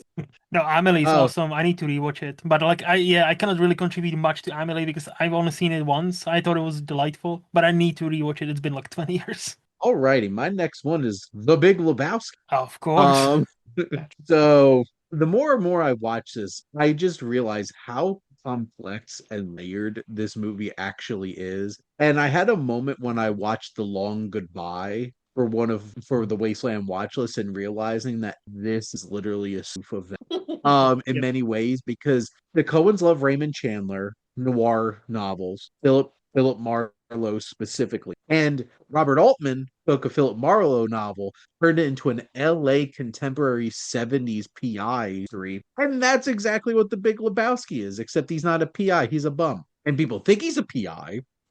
He's a brother Seamus. And this film, one, shot by D, looks amazing. The way it uses shadow and everything and night shoots. Gutterballs is one of the most creative and fun and just out there scenes in the history of movies. It's my favorites. The opening sequence, even with them just, beautifully looking at this bowling alley to that impeccably chosen Bob Dylan song. The soundtrack of this movie is fantastic, whether it's Bob Dylan or Creedence. I do love my Creedence tape as well. Or one of the best used songs in the history of movies, which was just dropped in to see what condition my condition was in, by Kenny Rogers in the first edition during the Gutterball season. The Coen brothers are unmatched and unparalleled in their ability to make minor and supporting characters just bloom in their movies. And this movie is so full of the most random, crazy, fun characters from a purple clad bowler who's also a pederast, to known pornographers, to a German new wave band who are a bunch of nihilists turned ransomers, to, the titular Big Lebowski, who's a fraud. And if I've known anything in my whole entire life, this man walks. And the strangest art student folks grown up into adults who had way too much money on their hands, like Maud Lebowski and David Thewlis. And then, of course, my favorite supporting character in the history of movies is Walter Sobchak, and John Goodman created one of the most fun characters ever. And Jeff Bridges is the dude. Mm-hmm. Like, he is. He wore literally his own clothes. He is the dude. And this movie is endlessly quotable. It is so funny. And it is one of the strangest, most just fun experiences. And every time you watch it, it just keeps getting better and better. And you just peel back layers on it. And man, I hate the effing Eagles. I don't, but it's a fun thing to. And this is also 1990. This is 1998. Yep. If we want to choose a funny movie to be winning Best Picture, let's pick The Big Lebowski over Shakespeare in Love. So there we go. I'm not ready for that discussion. I'm not arguing against Saving Private Ryan. I was gonna say I'm not ready for that discussion. Big Lebowski, winning over Saving Private Ryan. Hey, Saving Private Ryan won over Big Lebowski, fine, but it didn't. Shakespeare in Love did. Yeah, and Life is Beautiful is there. Elizabeth, which is, Kate Blanchett being Queen Elizabeth, played multiple Queen Elizabeths. And then, another war film, The Thin Red Line. Yep. Like, man, this is a Terrence Malick war film, and it's just like, nope, Saving Private Ryan. So, but no, the dude abides. The dude sure abides. Mike, do you have anything to add for Big Lebowski? Because I'm gonna repeat myself as what I said for Amelie, and Shane knows this. I need to desperately rewatch it because it's been a 10 years since I watched it only once. You could pick it. Yes, I know. I'll probably pick it for a Wasteland retrospective, and we'll do it because I need to do it with an ultra hardcore fan such as yourself of that movie. First of all, wait a minute. No, you can't pick it for Wasteland. I just realized we did it because I picked it. You son of a bitch. Oh, shit. So no. We did it with Raising Arizona back. Yes. God, was that June already? That's been almost a year. What? Damn. What? No. You lie. You lie about your podcast. Time has no meaning. I have an Excel spreadsheet with dates and everything. Yep. Look, we should just talk about it anyway. At some point. We should do a Coen Brothers episode and give you an excuse to rewatch it. We'll discuss that later. Okay. All right. So for my pick, let's stick with international because we already talked about Amelie and the famous international movie, The Big Lebowski. LA does feel like a different world. It does. Sure does. I wanna pour one out for Akira Kurosawa. And for Ran, specifically, because that movie... It's on my... Oh, nice!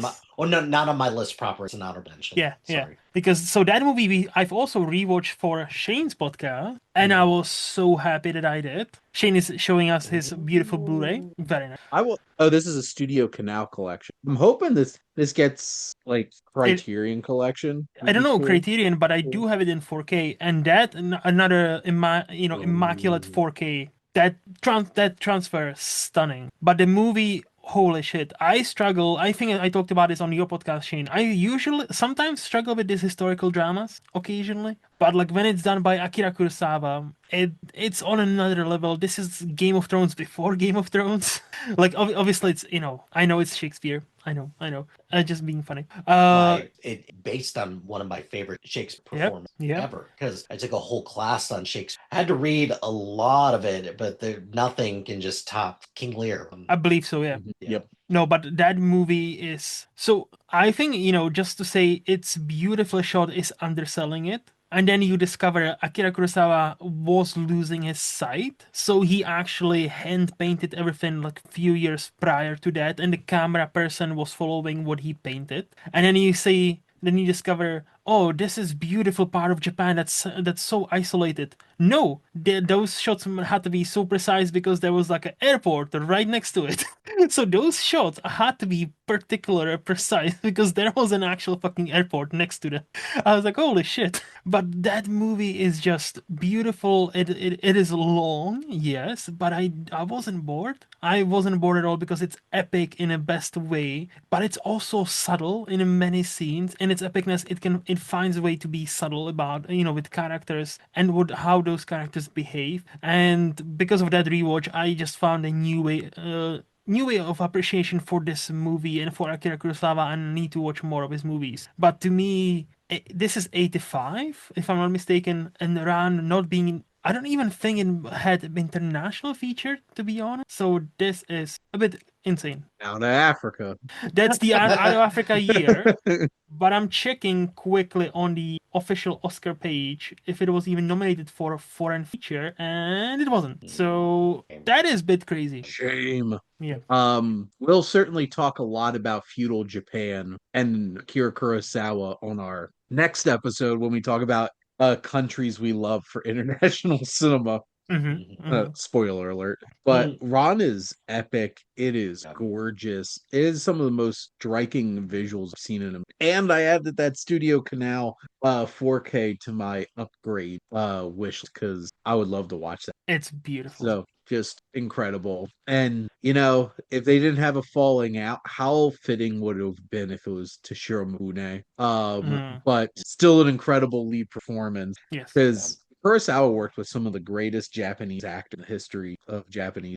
Damn, this is, and he really understood how to make a Shakespeare adaptation too. Yep. Between that and Throne of Blood, and that's a movie so also. good.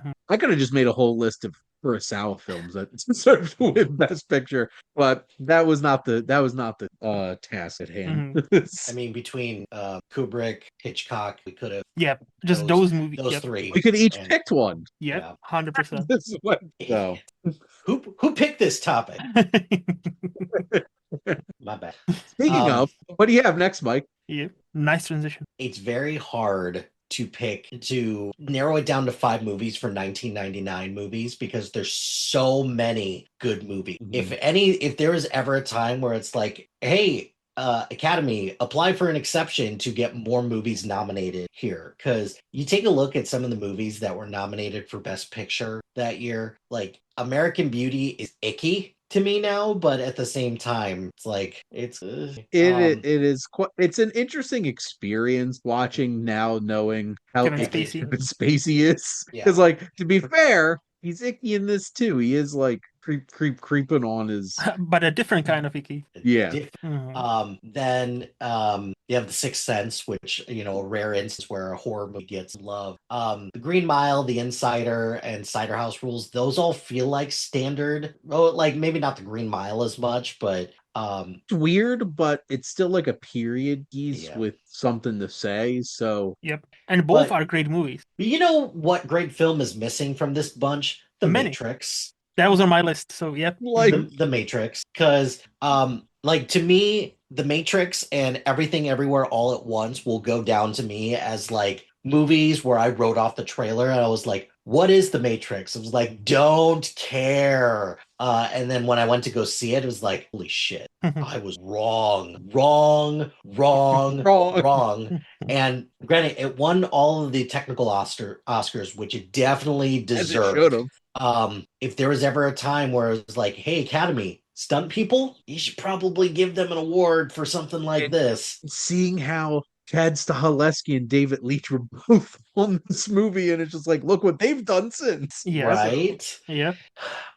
Just what a perfect time for a movie like this to come out as Mhm. well. So The Matrix to me will go down as like one of the greatest theater goingances that I've ever had. It was so unbelievably fucking loud watching that. But it was awesome watching those fight sequences, just the visual effects, the bullet time, just like give the movie a nomination just for, you know, the innovation of bullet time, right? But no, we can't. It's too out there. We can't do that. Like, it's just, it doesn't fit in our very carefully crafted mold of what we think a sci-fi, or what we think an Academy Award nominated film for Best Picture Prestigious. should be. Yeah, It's not prestigious prestigious. cinema. Yeah, it's not film. It's a movie. It's not film. Yeah, it's not cinema. Yeah. Despite the So, fact that this is way deeper thematically than like almost every other movie nominated that year at the Oscars, it's just, whoa, I know kung whoa. fu. Yeah, And that's your takeaway from this. yeah, I Not you. if they made an like instead of us each making our own list, if they made a definitive list of movies that should have been like in hindsight, like how could you have been that off base Mhm. about what should have been represented at the Oscars? I think The Matrix is like top Mhm. because like The Matrix is also one of my like 100 favorite movies. It's just I love a lot of movies that were nominated for Best Picture. Also, I realized I love a lot of movies that were as I was going through my list, but like Come on. Come they on. did not see what was coming right there Mhm. and realizing like this was film change and it was legitimately a game changer. And you know how many rip-offs did we get between Equilibrium and so many other movies that were just ripping off this action style? I've read Action movies someplace. Oh, very sorry. underrepresented by the Yeah. Academy. I've read someplace that just the bullet time sequence was parodied within the next 2 years, like in 30 something movies. Just that sequence alone was parodied or had an homage to in like 34, 37 movies, something like that, within just a Hey, year or two. when you make Most it into a importantly, it was in Shrek Shrek. movie, yeah. Yeah. Yep. Shrek, Scary, Shrek, Scary Movie, the first one, yeah, like just those two, like instantly, yeah. Yep. No, Matrix is awesome, and it was also on my list. So yeah, like it's such Mike a. knew I was going to bring up Shrek. Of course, Knew we it. know you. Just you wait. Just you, eh? So, what is your next pick, Shane? Oh, you don't have to wait. Oh, Shrek 2. Oh, that was topical. Okay, let's go. See, that would have been a great segue. Mm. If I thought of it and remembered that I was next. But this is always a tough choice between picking between Shrek and Shrek 2, but Shrek 2 is like one of the greatest sequels ever made. Yes. Like, if you want a blueprint on how to make a sequel, you watch Shrek 2 because it took everything that worked great about the first one, added even more, made it bigger, and it worked. And because one of the things that bothers me, it's like when people are like, well, it's not about anything. No, it's not about like big geopolitical issue or something. Like when people criticize movies for not being about something, like especially like kids movies, I'm like, just because it's not like big capital T theme doesn't mean it's not about something deeply honest and human, because the first Shrek movie is about identity, and also you could rate it as racism. And I'm pretty sure like that was there. And Shrek 2 is one of the most relatable relationship movies ever. Because who doesn't worry about meeting their in-law? Like you're meeting the parents of the person you love, and you don't want it to go terrible. And that's the entire core of this movie, and they nailed it perfectly. This is Guess Who's Coming to Dinner, but Shrek. So like, So also and racism, yes. dare I say, Uh-oh. better. oh, wow. Damn, that's some strong words right there. I have very strong feelings about Shrek and Shrek 2. I thought you were gonna say you have a strong feelings about Guess Who's Coming to Dinner. I'm like, I don't. I just love I Shrek know. a lot. Legitimately, one of the funniest sequences I think in any movie ever is the Knights parody of Cops with the catnip Yeah. that's donkey not yelling police brutality. And what also the sight gag of them using actual like pepper grinders as Pepper spray. spray, hilarious. And the fact they made an OJ joke mine. where they're like, we have a white Bronco going through the forest. I'm like, when I was old enough to get that joke, I lost it. This movie is so funny. It's so quotable. Puss in Boots is one of the greatest sequel added characters ever. Yes, And Yes. absolutely. Antonio Banderas, hot off the tails of making The Mask of Zorro, was the most inspired cast. Puss in Boots, just all of it. The casting in general. Jennifer Saunders. I didn't understand her game when I was 13 years old when I watched this movie, but her as a fairy godmother is one of the best like animated villains ever. Yeah, And her rendition of Holding Out for a Hero is a certified banger. it And that is. whole entire sequence, it's incredible. And there's some unhinged jokes in this movie outside of the ones I already mentioned. And watching this as an adult, I'm like, oh my God, they made a thong joke about Pinocchio wearing ladies' underwear. Yep. And the whole action sequence and the climax is great. It has true love, plenty of humor, adventure, fantasy, and a killer soundtrack. Shrek movies Does always, that like they always do. And I played Accidentally in Love was my wedding song when we kissed when we got married, oh and it just blasted out of the speakers. I'm just like, this is a perfect moment. And Nice. that opening sequence lampooning so many things from Lord of the Rings to yeah. Spider-Man from here to eternity Yep. with Ariel getting yeeted out into the ocean. Just yeah, this movie's perfect. And going back to 2004, Mhm. yeah, we could kick out both Finding Neverland and Drag. So we could put Shrek 2 Yeah. and Eternal And Sunshine of the Eternal Spotless Sunshine. Mind. Both of them. Yeah. Yeah, there we go. I would I'm ju- done. I would just add, so Antonio Banderas is such an obvious casting pick, but it actually worked because it was so obvious and it was perfect. That's why. And He I committed. He committed though. exactly. That's the Living thing La that works. Vida Loca. Luca, yes. And only thing you haven't mentioned, because I agree with all your points, I also love Shrek 2. Only thing you haven't mentioned is the pacing of this movie is brilliant. Like it's not too long, it's not too short. It's paced beautifully. You cannot even stop and be bored for a second. Whether it's a new joke, whether it's a new character being introduced, whether it's something, the movie is paced so beautifully. Like it just flies by, and you're having the best of times. Like I still remember watching it and rewind on a DVD and rewinding that. I need a hero sequence because that sequence is my favorite out of that. Like this is just beautiful. It it's again just another genre that is grossly underrepresented at the Academy Awards Best Picture. There's only been what like it's definitely Beauty and the Beast not was nominated for Best Picture. Beauty and the Beast, which that one's even more impressive because that only had 5 nominations and that got nominated for Best Picture. What is it? Up up. and Toy Story Toy 3. Story. That's and Hmm. it's crazy because animation has been around for almost 100 years. The fact that like almost never gets nominated It's for just for kids. and it sucks because it now has to have its own separate category as a pity. Like it's pretty much a pity fuck. That's what it is. It's like, oh, cool. And Shrek took that first I one. was gonna say It Shrek. sure Proudly.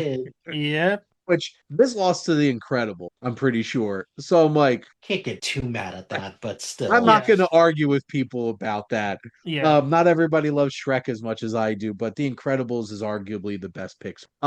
So I would vote for Shrek 2 instead of Incredibles, but I'm not as high on Incredibles as others are, but I still like the movie. But definitely Yeah. not my best picks are, but I would pick Shrek. we're churning some stuff right now. Uh-huh. Way to go, Shane. So animated film I know, to right? pick. What a year. Can I Oh, tell my quick aside about how I didn't get to see Shrek 2 in theaters? Oh, really? God. So my aunt took my brother and I to the movies, and 13-year-old Shane wanted to see Shrek 2. 14-year-old my brother wanted to see White Chicks. And my aunt's like, no, we're gonna go see the Terminal. Which is why which is No. why I hated that movie's guts until I rewatched it for my Spielberg series and let my bias from that experience go. It's a sweet movie. It's not Shrek. It's And not I Shrek did 2 at all. my buddies Kevin and Dave went with me to go see Shrek 2 for its 20th anniversary in theaters. So yes, I did actually get to see Shrek 2 in a theater finally after 20 years. Nice. And it was worth it. being one of the only grown ass people in there without any kids. So You were like the Adam Sandler meme from what is it, Billy Madison? yes, and I was proud of it. Yeah. Yeah.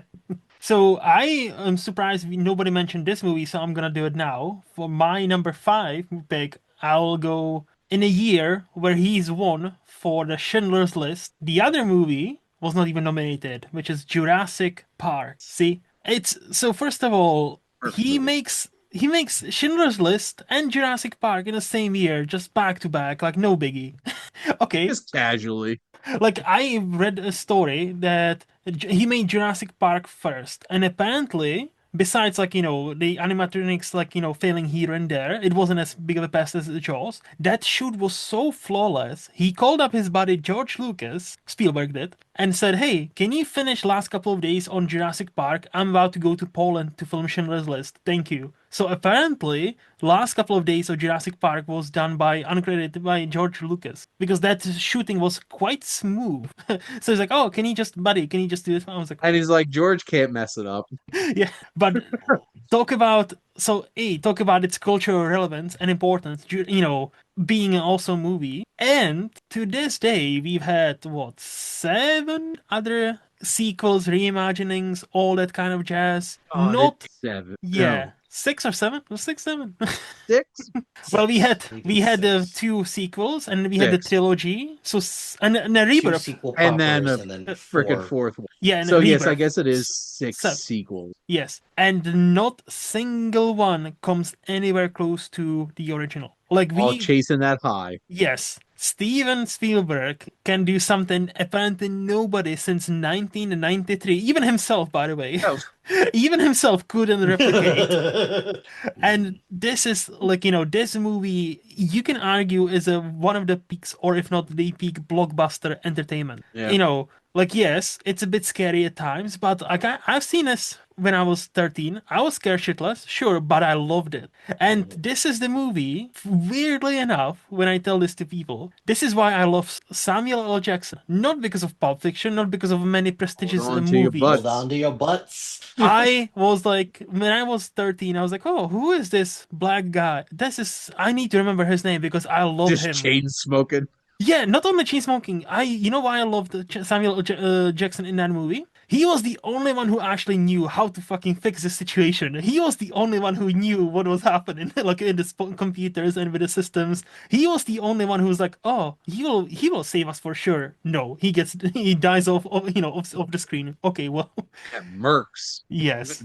And Oh. no, Jurassic Park, it's like I think I said it on your show, Shane. I have a bunch of movies I would qualify as perfect, like 100%, not change a single thing. And Jurassic Park is definitely part of that discussion because I don't think you can change anything about this movie. It's one of the few genuinely perfect movies. I wouldn't. No on that. Speaking of Samuel L. Jackson, this is my final movie since Rear Window was talked. How the hell is Do the Right Thing not nominated for Best Picture? That's also on my Racism. list. Yeah, well, especially in a year where it's like, really, of all the things that you want to win Best Picture, because 1989 was a pretty great year for cinema. So for the most part, most of these, yeah, I think belong. So Born on the 4th of July, Dead Poet Society, Field of Dreams, My Left. And the one that sticks out like a sore thumb and kind of represents everything that we kind of have against, like,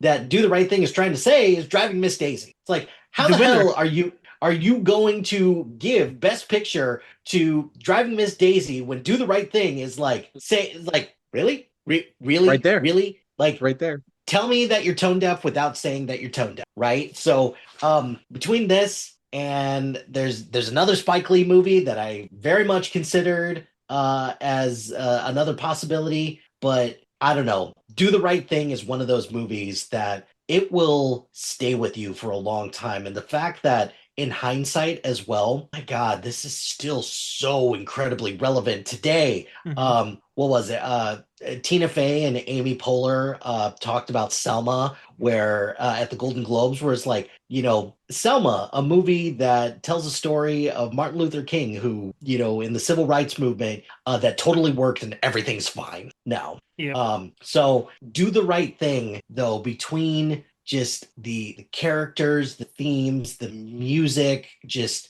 everything about Do the Right Thing screams that, like, today, if this was nominated with like the current rule, or if this came out today with like the current like voting body per se, I would assume that this would get at minimum the nomination, but probably the win as Mhm. well. But nope, we just live in a world where life's not fair. Yeah, but Driving Miss Daisy makes racism and confronting it palpable and Mhm. easily digestible, like it should be, right? Right, Mike? Mhm. Right, Mike? Right, right, Hey, right.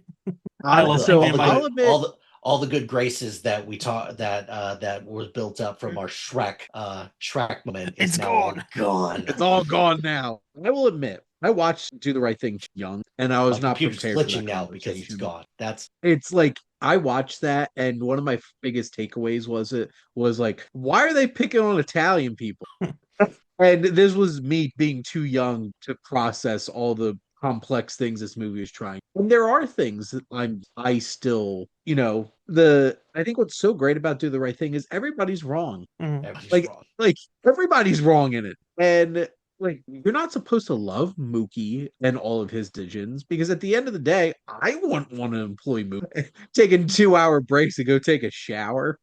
Um and stuff like that while you're supposed to be working. And like as an Italian American, I have certainly experienced my own people putting prejudice upon me, but also, a lot of Italians are very prejudiced themselves. And I could speak from firsthand experience. And watching this movie, I'm like, pretty accurate. Mm. And all of this is so complicated, and that's why it's so important and significant and so powerful. And specifically, just there's few directors with a vision quite, and I don't think the Academy was ready. No. Oh no, they I don't definitely. even think they're ready for him now. Like between Black Klansman and Five Bloods, and now were you referencing Malcolm X also Yeah, not getting nominated for Best yeah, Picture? yeah. But Denzel Washington obviously won Best Actor, right? Ah. Wah, wah. Yabba Zabadoo. No, this was also on my list, Mike. So thank you for knocking it out. I'm just gonna add to what do you guys look? Yes, you're both totally correct. I'll just gonna add I only watched it once and it stays with you. And I Mhm. think Shane, I think Shane, you said that. I think they were just not ready for something as radical back in like 89. And because that movie screams at you, like, Yeah. and but also it makes you like you are there. Like Spike Lee transcends you, like transports you into that one hot day, and you're sweating with with them characters. You are in there, and not many movies can transport you so you feel like you're actually in there with those characters and understanding, hey, this is just a boiling pot and it's about to explode. Like, there is just, just give it a few seconds, give it just a few seconds, and this pressure cooker will explode eventually. And then when it does, it will be brutal. And I think, and I only watched it once, but I still made such a huge impact.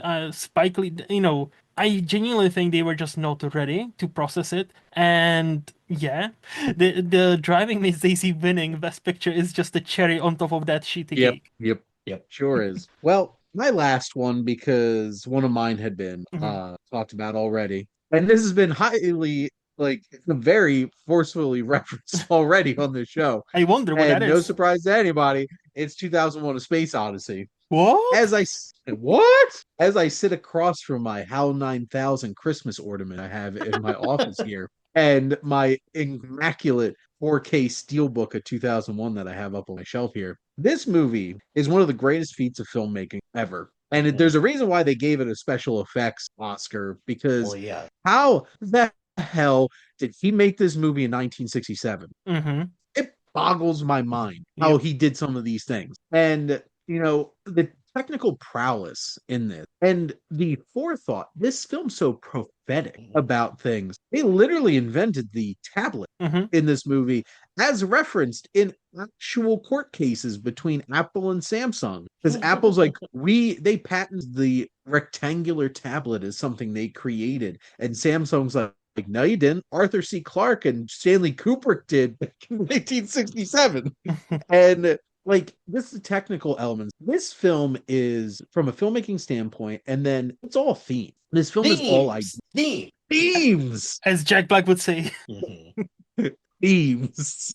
Anaconda, one of the more underappreciated and funny films of the end of last year. This movie, there's so much you could explore thematically about this, and the characters are not, except for Hal 9000, who is an incredibly complex character, and I'm one of the biggest robophobes you'll probably ever meet. I will be there on the front line. Skynet launches, and we have to fight the machines. Yep. And HAL 9000 is my nightmare. Welcome to my nightmare.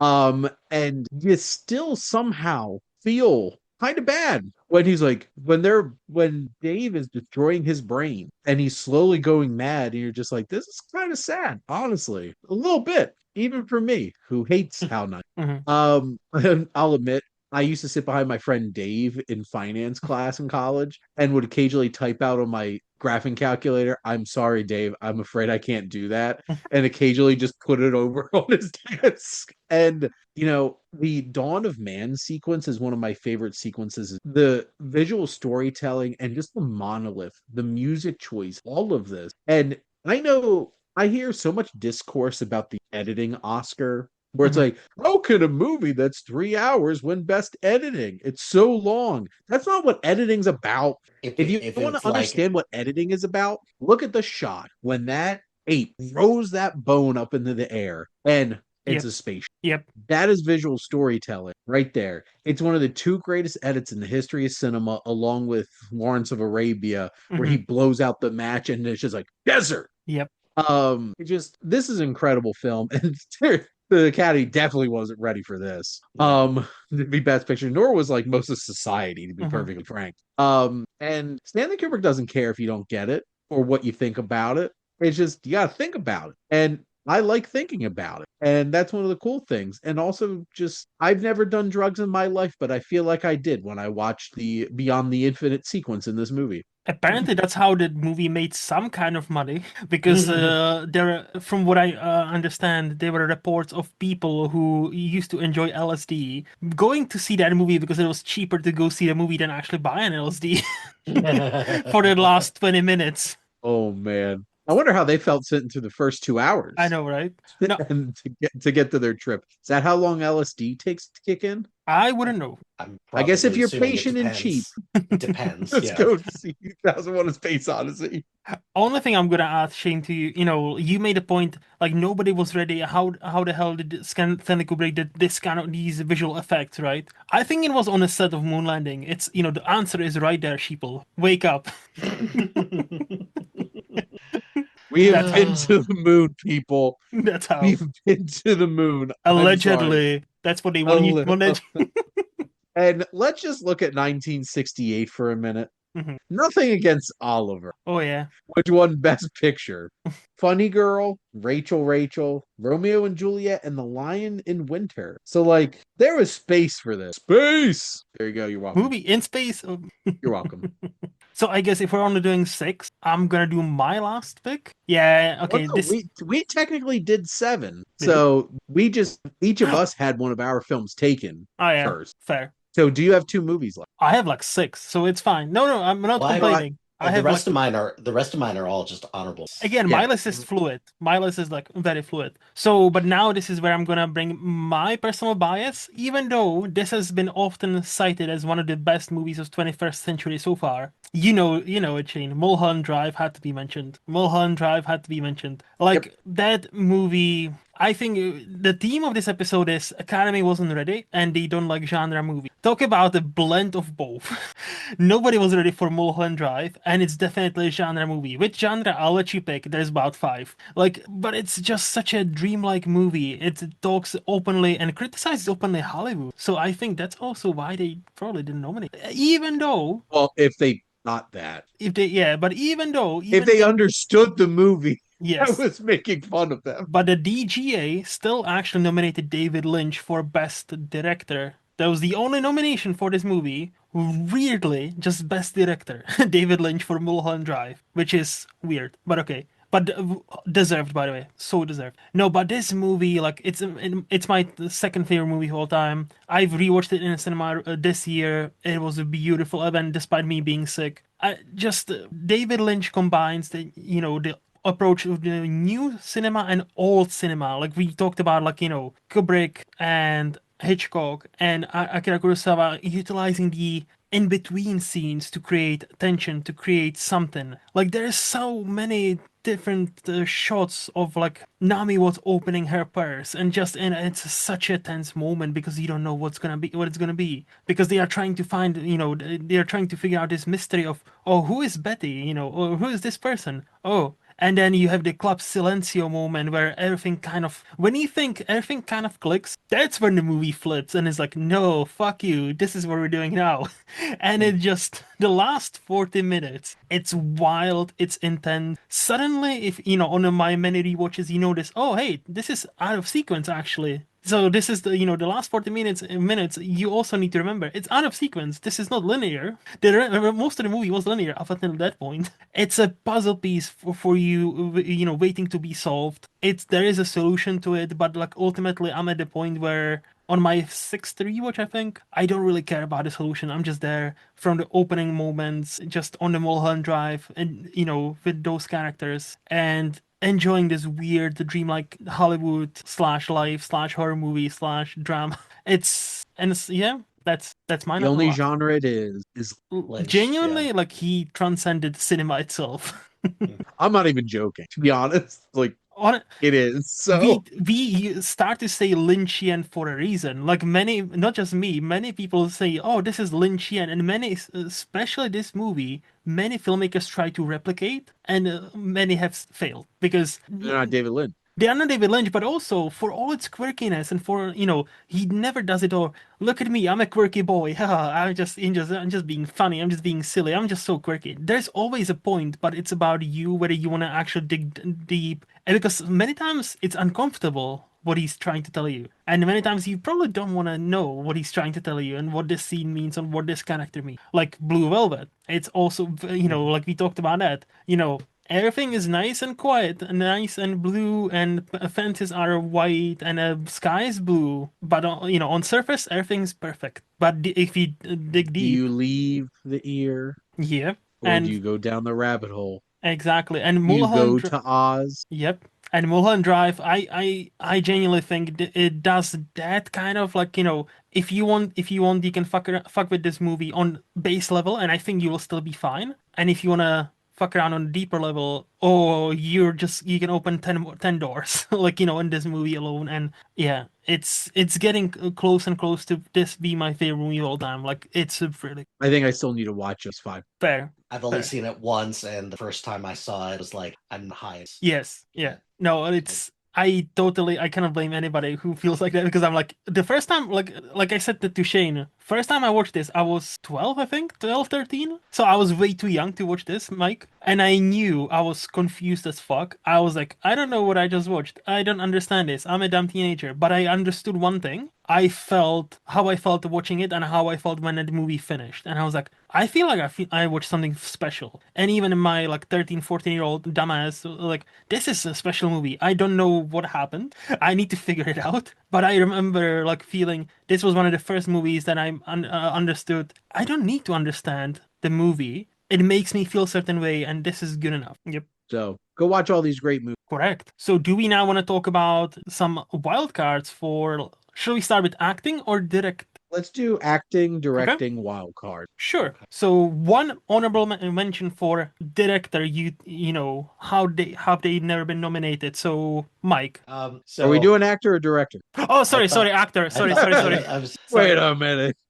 Sorry, I spaced out Like for a second. tour. Actor, yes. acting category is tough because there's a lot of people Yep. who not been nominated at all, and there's people who should have been nominated for something. Like even within a film, it's like, how did this person get nominated and then this person did not? Yeah. So this is kind of going to encompass a genre, or kind of an underrepresented genre, but also an underrepresented form of acting in general, which is mocap. So Andy Serkis Like, come on, like, how on earth can Andy Serkis not get any love for like pioneering this technique of acting and also like between the voice work, especially in an age when like if we look at the people who win Best Picture or Best Actor or Actress, overwhelmingly, a lot of these people are depicting people in real life. Mhm. Like we talked about like the biopic and like, how that is something where it's increasingly getting, like, hey, in order to be nominated, you have to like portray somebody in real life. Yep. Look Certain at role, yeah.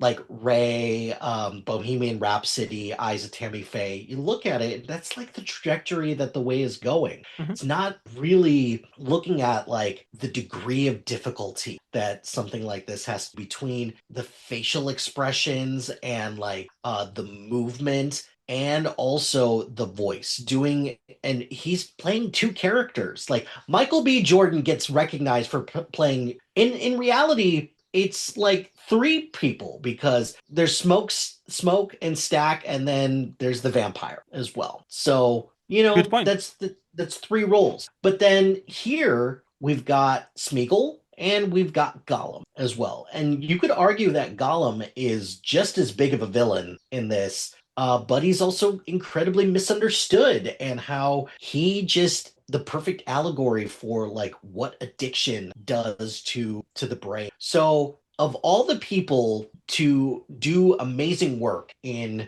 the Lord of the Rings trilogy, and it bums me out that like not a lot of people got nominated for their acting abilities in Lord of the Rings. I'm glad Ian McKellen got at least nominated for Fellowship of the Ring. The fact that Sean Astin never got any love for like particularly in the Two Towers or Return of the King, that bums me out. But I think Andy Serkis and just the whole idea of motion capture just needs a little bit more recognition. Mhm. Agreed. Yeah. Stupid fat hobbitses. Potatoes, boil and mash, stick and stew. Performance is incredible. And that whole entire sequence in Two Towers where he's having that conversation with himself, like, are you serious? Like, he's acting against himself and putting on this incredible performance. And yeah, just motion capture in general between him and Bill Nighy as Davy Jones in Dead Man's Chest. Mhm. Just there's some really incredible supporting performances in motion capture and leading like Andy Serkis as Caesar. Or Zoe Saldana in Avatar, or Una Chaplin in Avatar Fire Yep. Yeah. All of that. So I second that. And that won't be the only Lord of the Rings mention Ooh. with ours, but it's not the acting one. Mhm. My actor one is Hugh Jackman for Prisoners. Nice. One, how did this movie get zero attention? Mm. Like zero. Whether it's Deacon shooting it, Villeneuve directing it. There's plenty of great performances in this film, but my God, Hugh Jackman scares the shit out of me in this movie. He is a terrifying human being. He's scarier in this than he is at Wolverine in any of them. Like, if this Wolverine showed up, I'd be pissing myself. So I'd be going the other way. That scene, all the scenes in the bathroom with him and Paul Dano, and they even had an Oscar clip where he gets in the car with Detective Loki, Jake Gyllenhaal, and he's like screaming at him. I'm like, it was all set. You're all good. How did you not? How did you not? Mhm. That scene in the bathroom, I recently read that scene was improvised with him like smashing the sink, and that was like genuine reaction from people. It's like, oh, okay. I'd be done. Like, I'm not coming back to set. I'm terrified. No, Hugh Jackman's performance in that, and he's been nominated once, right, for Les Les Miserables. Mis. Yeah, which I feel like he just gets written off as an entertainer too much, and not like actually a talented actor. Mhm. Like I would have nominated for Logan too, but like this one, legitimately, he was absolutely incredible. Yeah, agreed. So my actor one, I just talked about this, but here we go. Because of this role, she had a career. Not even joking. And it's Naomi Watts for Mulholland Drive. Because I like her character in the movie. She was a struggling actress, and she said it herself. If this movie would have not worked, like she was basically like a week away from moving back to Australia. But David Lynch picked up her phone and was like, "Hey, this TV show that went nowhere. I got some funding from France, so let's make a movie." Okay, I'll do it. So she was literally like a week or two away from moving back to Australia as a failed actress. And because of this movie, because of her performance, we have Naomi Watts. And the fact she wasn't nominated for this, I argue she should have won, but like not even nominated, not even considered for that. Where I still remember the first time I was like, oh yeah, she's a bit of a ditzy blonde and yada yada yada. It's an actress, yeah, it's fine. And then she does the audition scene with the men being all over her, and the way she flips the table and flips the power dynamic in that scene, I was like, holy fuck, Naomi Watts, wow. Like I knew, like that day, I knew when the first time I watched Mulholland Drive, I knew this is a special movie, and I knew Naomi Watts is an amazing actress, and I need to watch what she does. And we've talked about it at Shane. I am sad that she's now kind of being relegated to like TV movies and TV shows and not getting many like quote unquote prestigious Hollywood movies. I still hope she would not come back. She's never been away, but I just hope she would come back to Hollywood and and actually get and a one role is all it takes and get her actual Oscar, because she is not the Oscar winner. I thought she won for 21 grams. She did not. She was nominated. She didn't win. So it's insane that this versatile and talented actress is Oscarless. So especially for Mulholland Drive. Shame. Mm, And she is a really talented actor, and I do miss seeing her popping up. Luke, I know we did have this conversation. mhm. Feeling like Birdman, like Yes. movie. She has been doing a lot of telling for Mhm. sure. But I guess director. Yes. So, Mike, what is your snub for the? There is a lot of choice. I think for me, this really does come down to a personal pick of mine, Mhm. because I adore the movie Moulin Rouge so much, and the fact that Baz Luhrmann wasn't Yes. nominated for Best Picture or Best Director just bums me out to know the visual flair of it, how he gets the most out of just Nicole Kidman and Ewan McGregor, just the choice that are, because I feel like Baz Luhrmann is one of those, your movies are meant to be seen audiences. Plus, in addition to that, like I was reading about, like, because like one of my big questions about Moulin Rouge is like, how the hell is the only original song in Moulin Rouge not nominated for best song? I go, well, that's stupid. Mhm. But all of this to say, I love Moulin Rouge, and the fact that Boston just did not get any recognition for that. Just I hate that so much. Same. Like, and granted, yes, I understand. I could have picked a myriad of Kubrick movies. I could have picked a bunch of Akira Kurosawa movies. I could have picked a bunch of, who's the other director we talked about a bunch? Hitchcock. Oh my Yes. God, Hitchcock. Yes. Spike Lee, all of that. But I want my heart just to love and And be the loved in return, yes, unless you're the Academy Awards. but they did love Nicole Kidman. Sure, for her to at least nominate, but she Exactly. didn't. Yeah. No, that's an awesome I choice could because definitely I see love that for Moulin sure. Rouge. Yeah. What about you, Shane? So this one's more a recency thing, and I just feel like there's a vendetta against this particular director at the Academy for some reason. He has been nominated, Oh, but it was 10 years ago. so you're not talking about the Not for person the I was movie. thinking. Okay. Not the movie that I would have expected him to be nominated for, or maybe she. So it's Denis Villeneuve, Hmm. who was nominated for Arrival. Cool.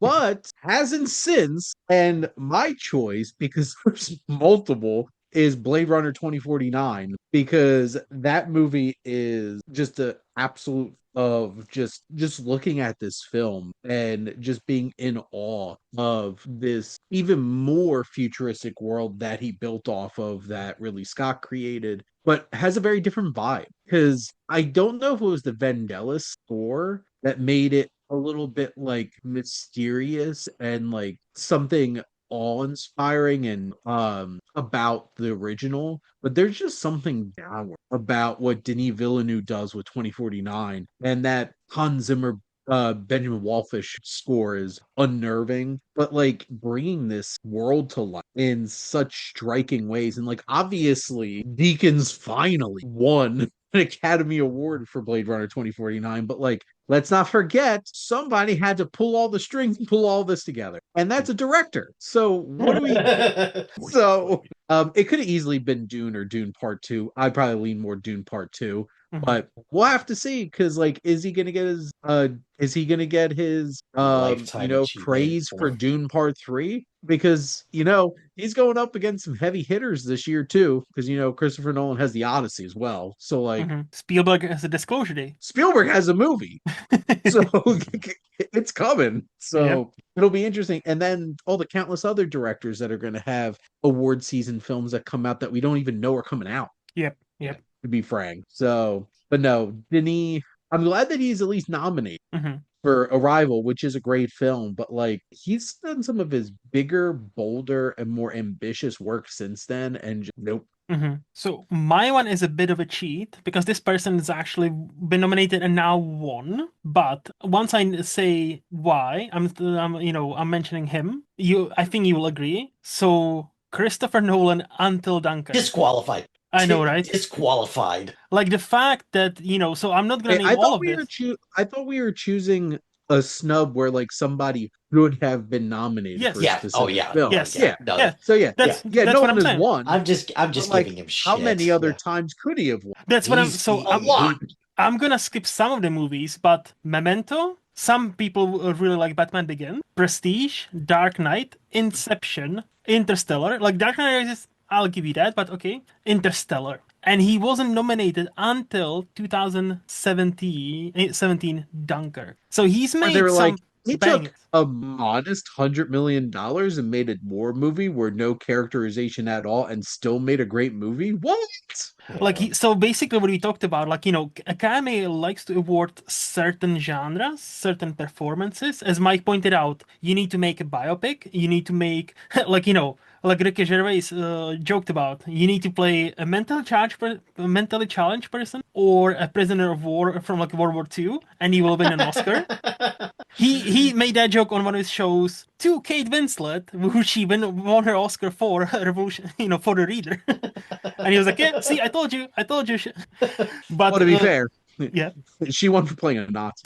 Yeah, World War II, Shane. World War II, yeah. It was World War II. She wasn't a prisoner of war, though. She was. That's true. One could think that all the Nazis were prisoners. Ooh, that is deep. Oh, I'm sorry, I couldn't remember past the fact she was naked half of her performance. Which. Yep. Anyway, Christopher Nolan. No, but just even if we mention, but anyways, just the heavy hitters, I think The Dark Knight, Interstellar, Prestige, Inception, just those four, just like how and Inception was nominated for Best Picture, but not apparently. That's one that doesn't make the most sense to me. How did he not get nominated for Inception? Yeah.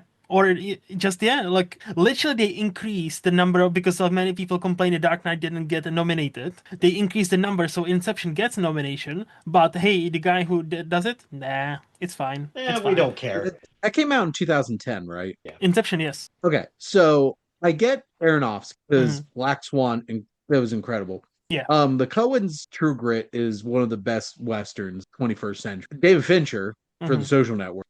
But David O. Russell for The Fighter.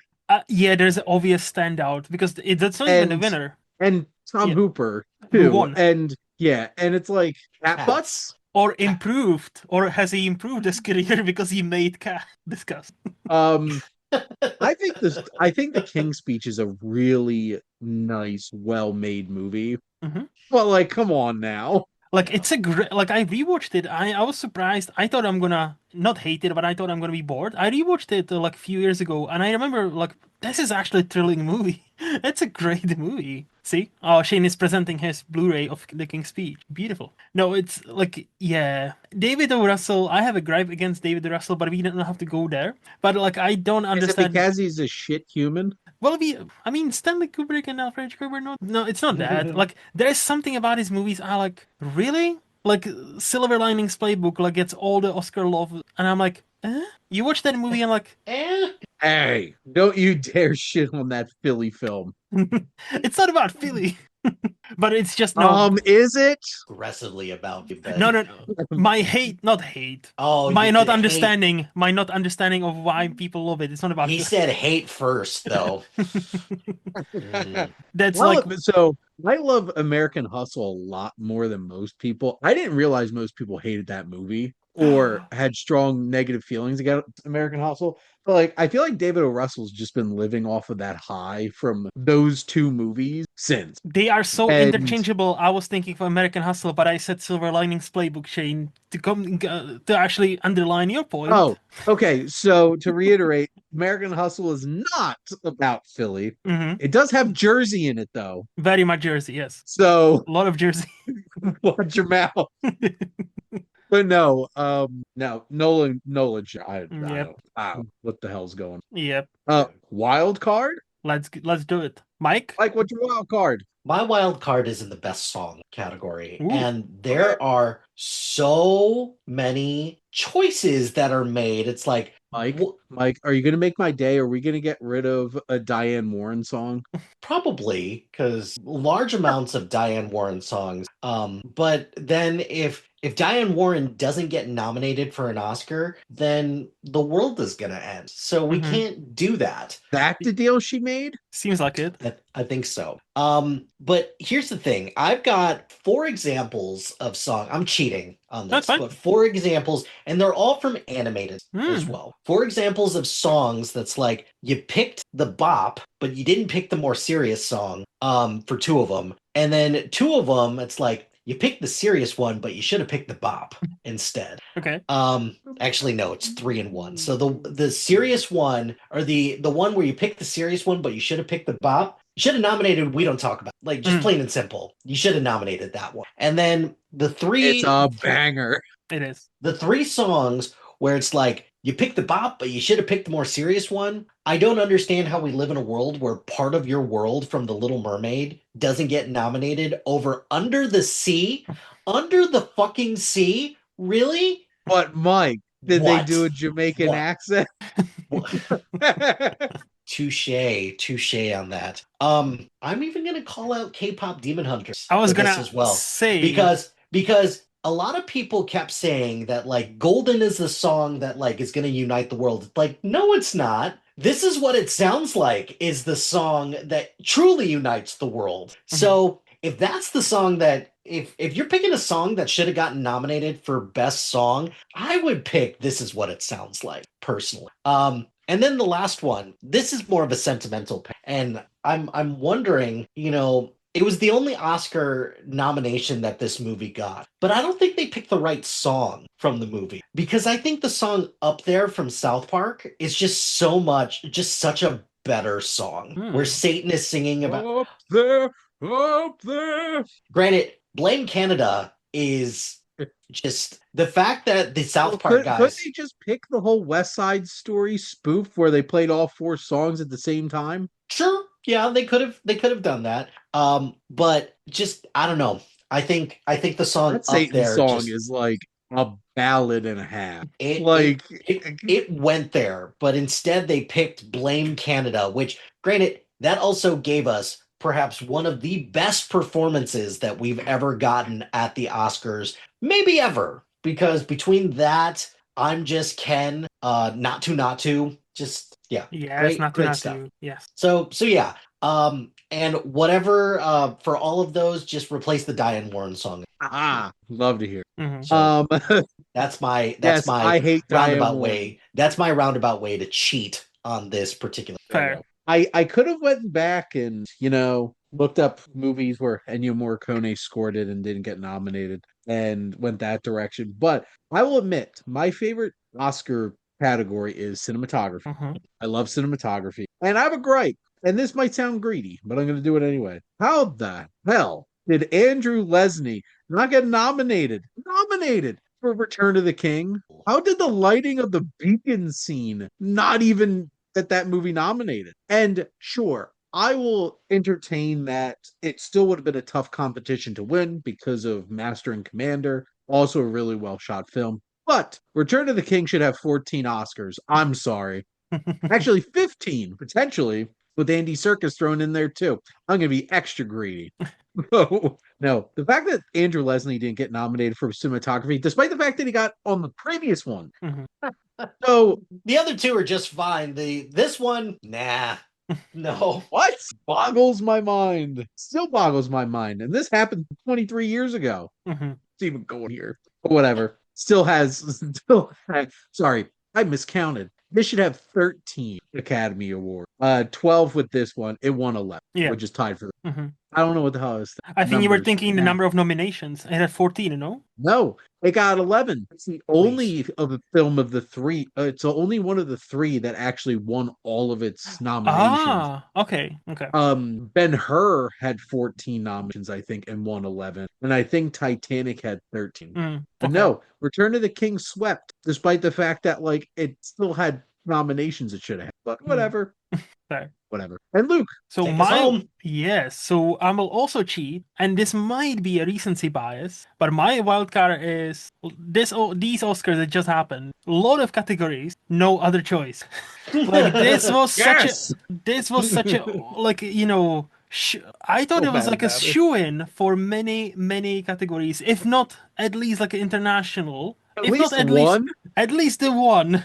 Because when Shane, you started a sentence, this guy has never been nominated. Well, no, he was nominated at least once. I was like, Oh oh, so you're not talking about Park Chan-wook. Okay, so no. I am. Because, No. like, this fucking guy, Yeah. to this day, and we talked about this many, so I'm gonna keep it short. To this day, zero nominations for any, not just one other choice, for any of his movies. And if you go through his filmography, like he's a modern day master. He is a modern day like he is. I would put him up there when it comes to like maybe one tiny step below Hitchcock, Spielberg, and those. Like a very tiny though. Like every movie he does, it gets closer and closer. Yeah, Shane is showing in The Handmaiden, but exactly. Just rewatch this, and every scene I'm just like, look how impeccably directed this is. Yeah. Look how amazing this is. Would it have been a shame if this got nominated for anything?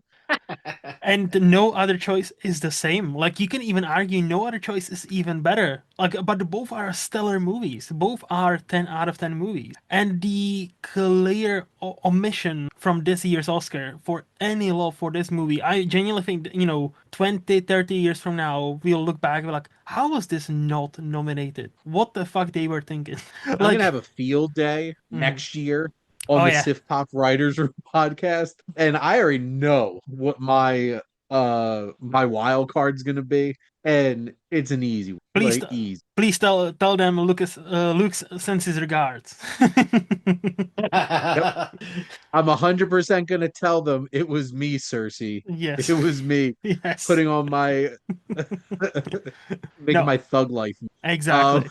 with Granny Tyrell. No, like genuinely, we talked about this, Shane and I, in a previous podcast. So like we counted, like if it had like 8 nominations, I wouldn't be surprised. If it had like genuinely, like that movie is so good, no other choice specifically, it could have been easily nominated for like 8 Oscars. Not even joking. And there was some space in many categories to fucking knock out some other movie. Just saying. But yeah, so that's my cheating wild card. Well, there you go. I didn't cheat, but we all had some Mm-hmm. great ones there. Aye. I guess send these people home with some recommendations then. Correct. Time to take us home. So, Mike, what would you like to recommend for people to check out? Can I recommend anything? Yeah, open. Like, usually we stick it to movies, but hey, you're the guest, so anything goes. And I know you're the TV Or if guy. anything else for heartburn would be appreciated. We've already covered I that, Shane. You already have the we already have the medicine. So I guess if I stick with movies, no, I'm not going to do that because No, that no, just wouldn't be anything. me. You're the guest. I'm going to recommend.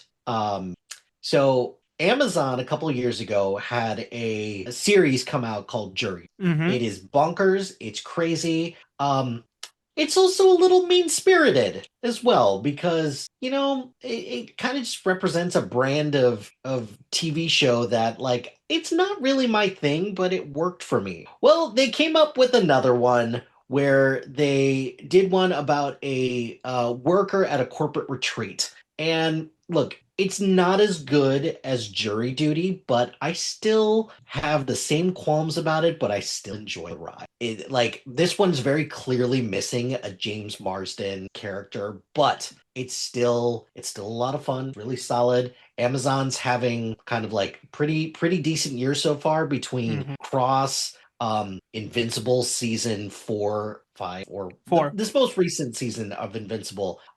Bruce oh my God. Campbell, Satan. The This most recent episode of Invincible might be the most brutal episode of television I've seen. Very, That was some very squishy, long time. squishy that I didn't want to hear. Yep. There I was was some not squishy I anticipating did that. not want to hear. As a I person who don't needs to catch up on season 3, please no spoilers. Oh, I'm um just leaving you with the squishy sound Hmm. that you don't want to hear, Luke. Okay. it sounds like what I imagine stepping on grapes would but I didn't need that, Mike. Jury Duty presents Company or Corporate Retreat on Amazon. Check it out if you're kind of if you're kind of needing something to Unwind. fill the gap from a lack of the rehearsal. This Mm. is probably one to. Okay. Shane. So I would like to recommend a Western that I just rewatched for the first time since I saw it in theaters, and it is Hostile. Oh. And this is from director Scott Cooper, who made Crazy Heart and Antlers, and most recently the Springsteen biopic and like Out of the Furnace, stuff like that. This was one of those, it was like I guess in the running for films from 2017, but really came out in January 2018. Mm. And this film stars Christian Bale, Rosamund Pike, Wes Tooty, and a whole bunch of other people. Jonathan Majors, Jesse Plemons, Ben Foster, Timothy Chalamet, a whole bunch of character actors. This is a brutal Western that takes an interesting exploration of your actions and the consequences and overcoming conflicts with others and how, exploring white people's effect on indigenous people in the United States. And it's a really interesting film. It's really well shot. It's incredibly well acted. There's a lot of death in this movie, and a lot of it's and this is not a feel good movie, but it is a heavy, impactful film. And I really don't get the discourse that I saw in Letterbox when I actually looked this up. And there's so many, like, I saw people giving this half a star and a star for being racist and stuff like that. And I'm like, that's a choice. And it's one of those types of films that you really have to hit a special place to be a Western in the 21st century and really impact. And this one was just completely overlooked. And I'm glad I rewatched it. Hmm.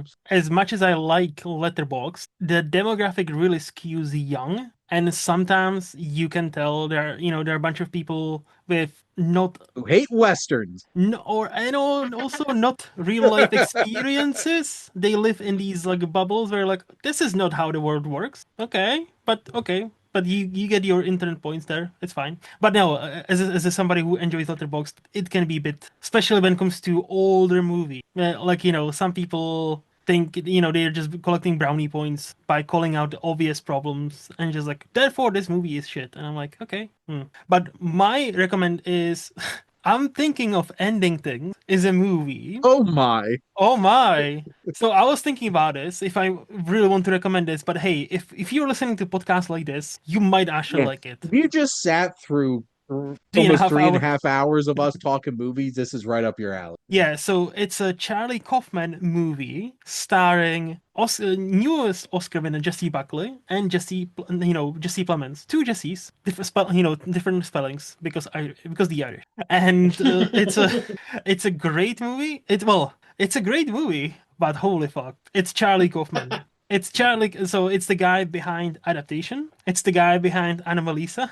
It's the guy behind Being John Malkovich. If those are your Malkovich. yes, Malkovich, indeed. So if those what I just mentioned you've seen and you kind of fuck around with, give this a shot. If this doesn't sound like oh I've seen it once and it confused me therefore I didn't like it, stay away from this movie because what starts kind of normal and kind of like oh this is very awkward and it almost makes it terrifying how awkward it is. It transcends into what is time? I see time has no Time is a meaning. construct, It's as a I learned from the social movie Tag. it's a social construct indeed, because True. the movie shows you they must have accessed the interstellar bookcase and just going through that.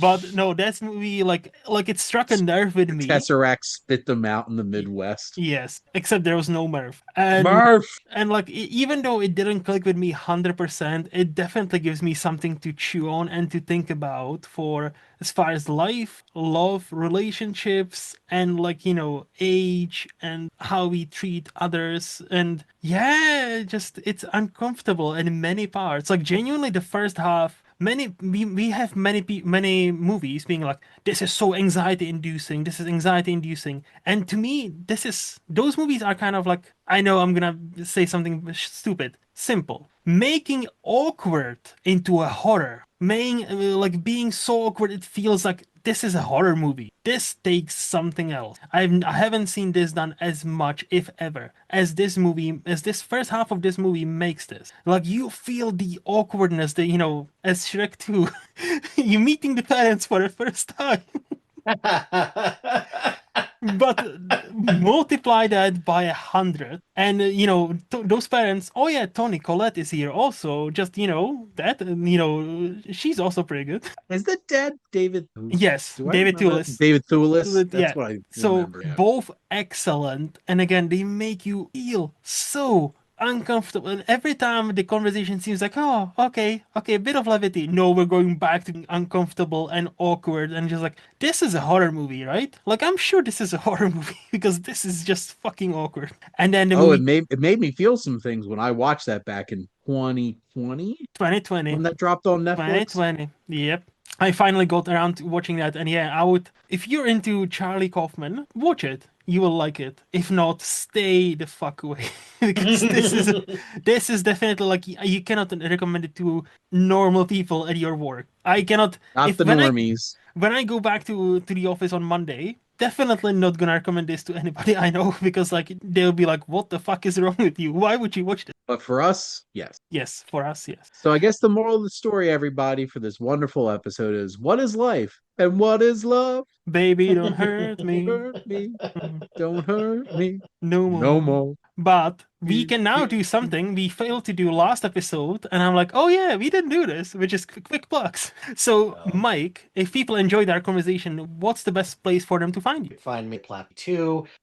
You could follow the other shows, the SP Podcasting Network. I currently host 4 of them right now. I've Busy. got a mix CD, Family Movie Night, SPDM TV, Sports Ball, and recently. And then you could follow my other show with friend of the show, Nick Farrow, Geek Speak. Mm-hmm. Shane? This is actually more condensed than it used to be. But, and that's okay because I needed it. But you Yes. can head over to the Wasteland Reviewer YouTube channel where I review all types of new movies. And I will now have one weekly show, Welcome to the Wasteland, doing my director series. I have a handful of shows over on the SPDM Crew Podcasting Network, including this one. And thank you. Thank you for the platform.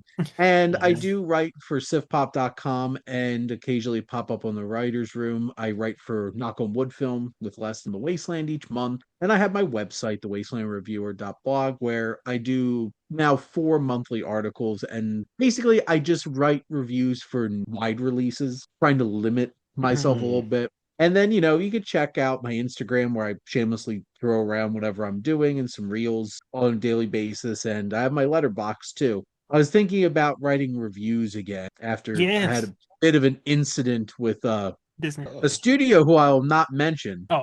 Oh boy. Oh boy. But yeah, so there you go. Not school? I actually stopped Oh. because it was a lot of effort. Mm. And I had one paid subscriber and I was like netting a tiny loss so fair. it is what it is. It probably wasn't the best time to try to do that. I wasn't really getting traction, but I might release those videos on my YouTube channel at some point.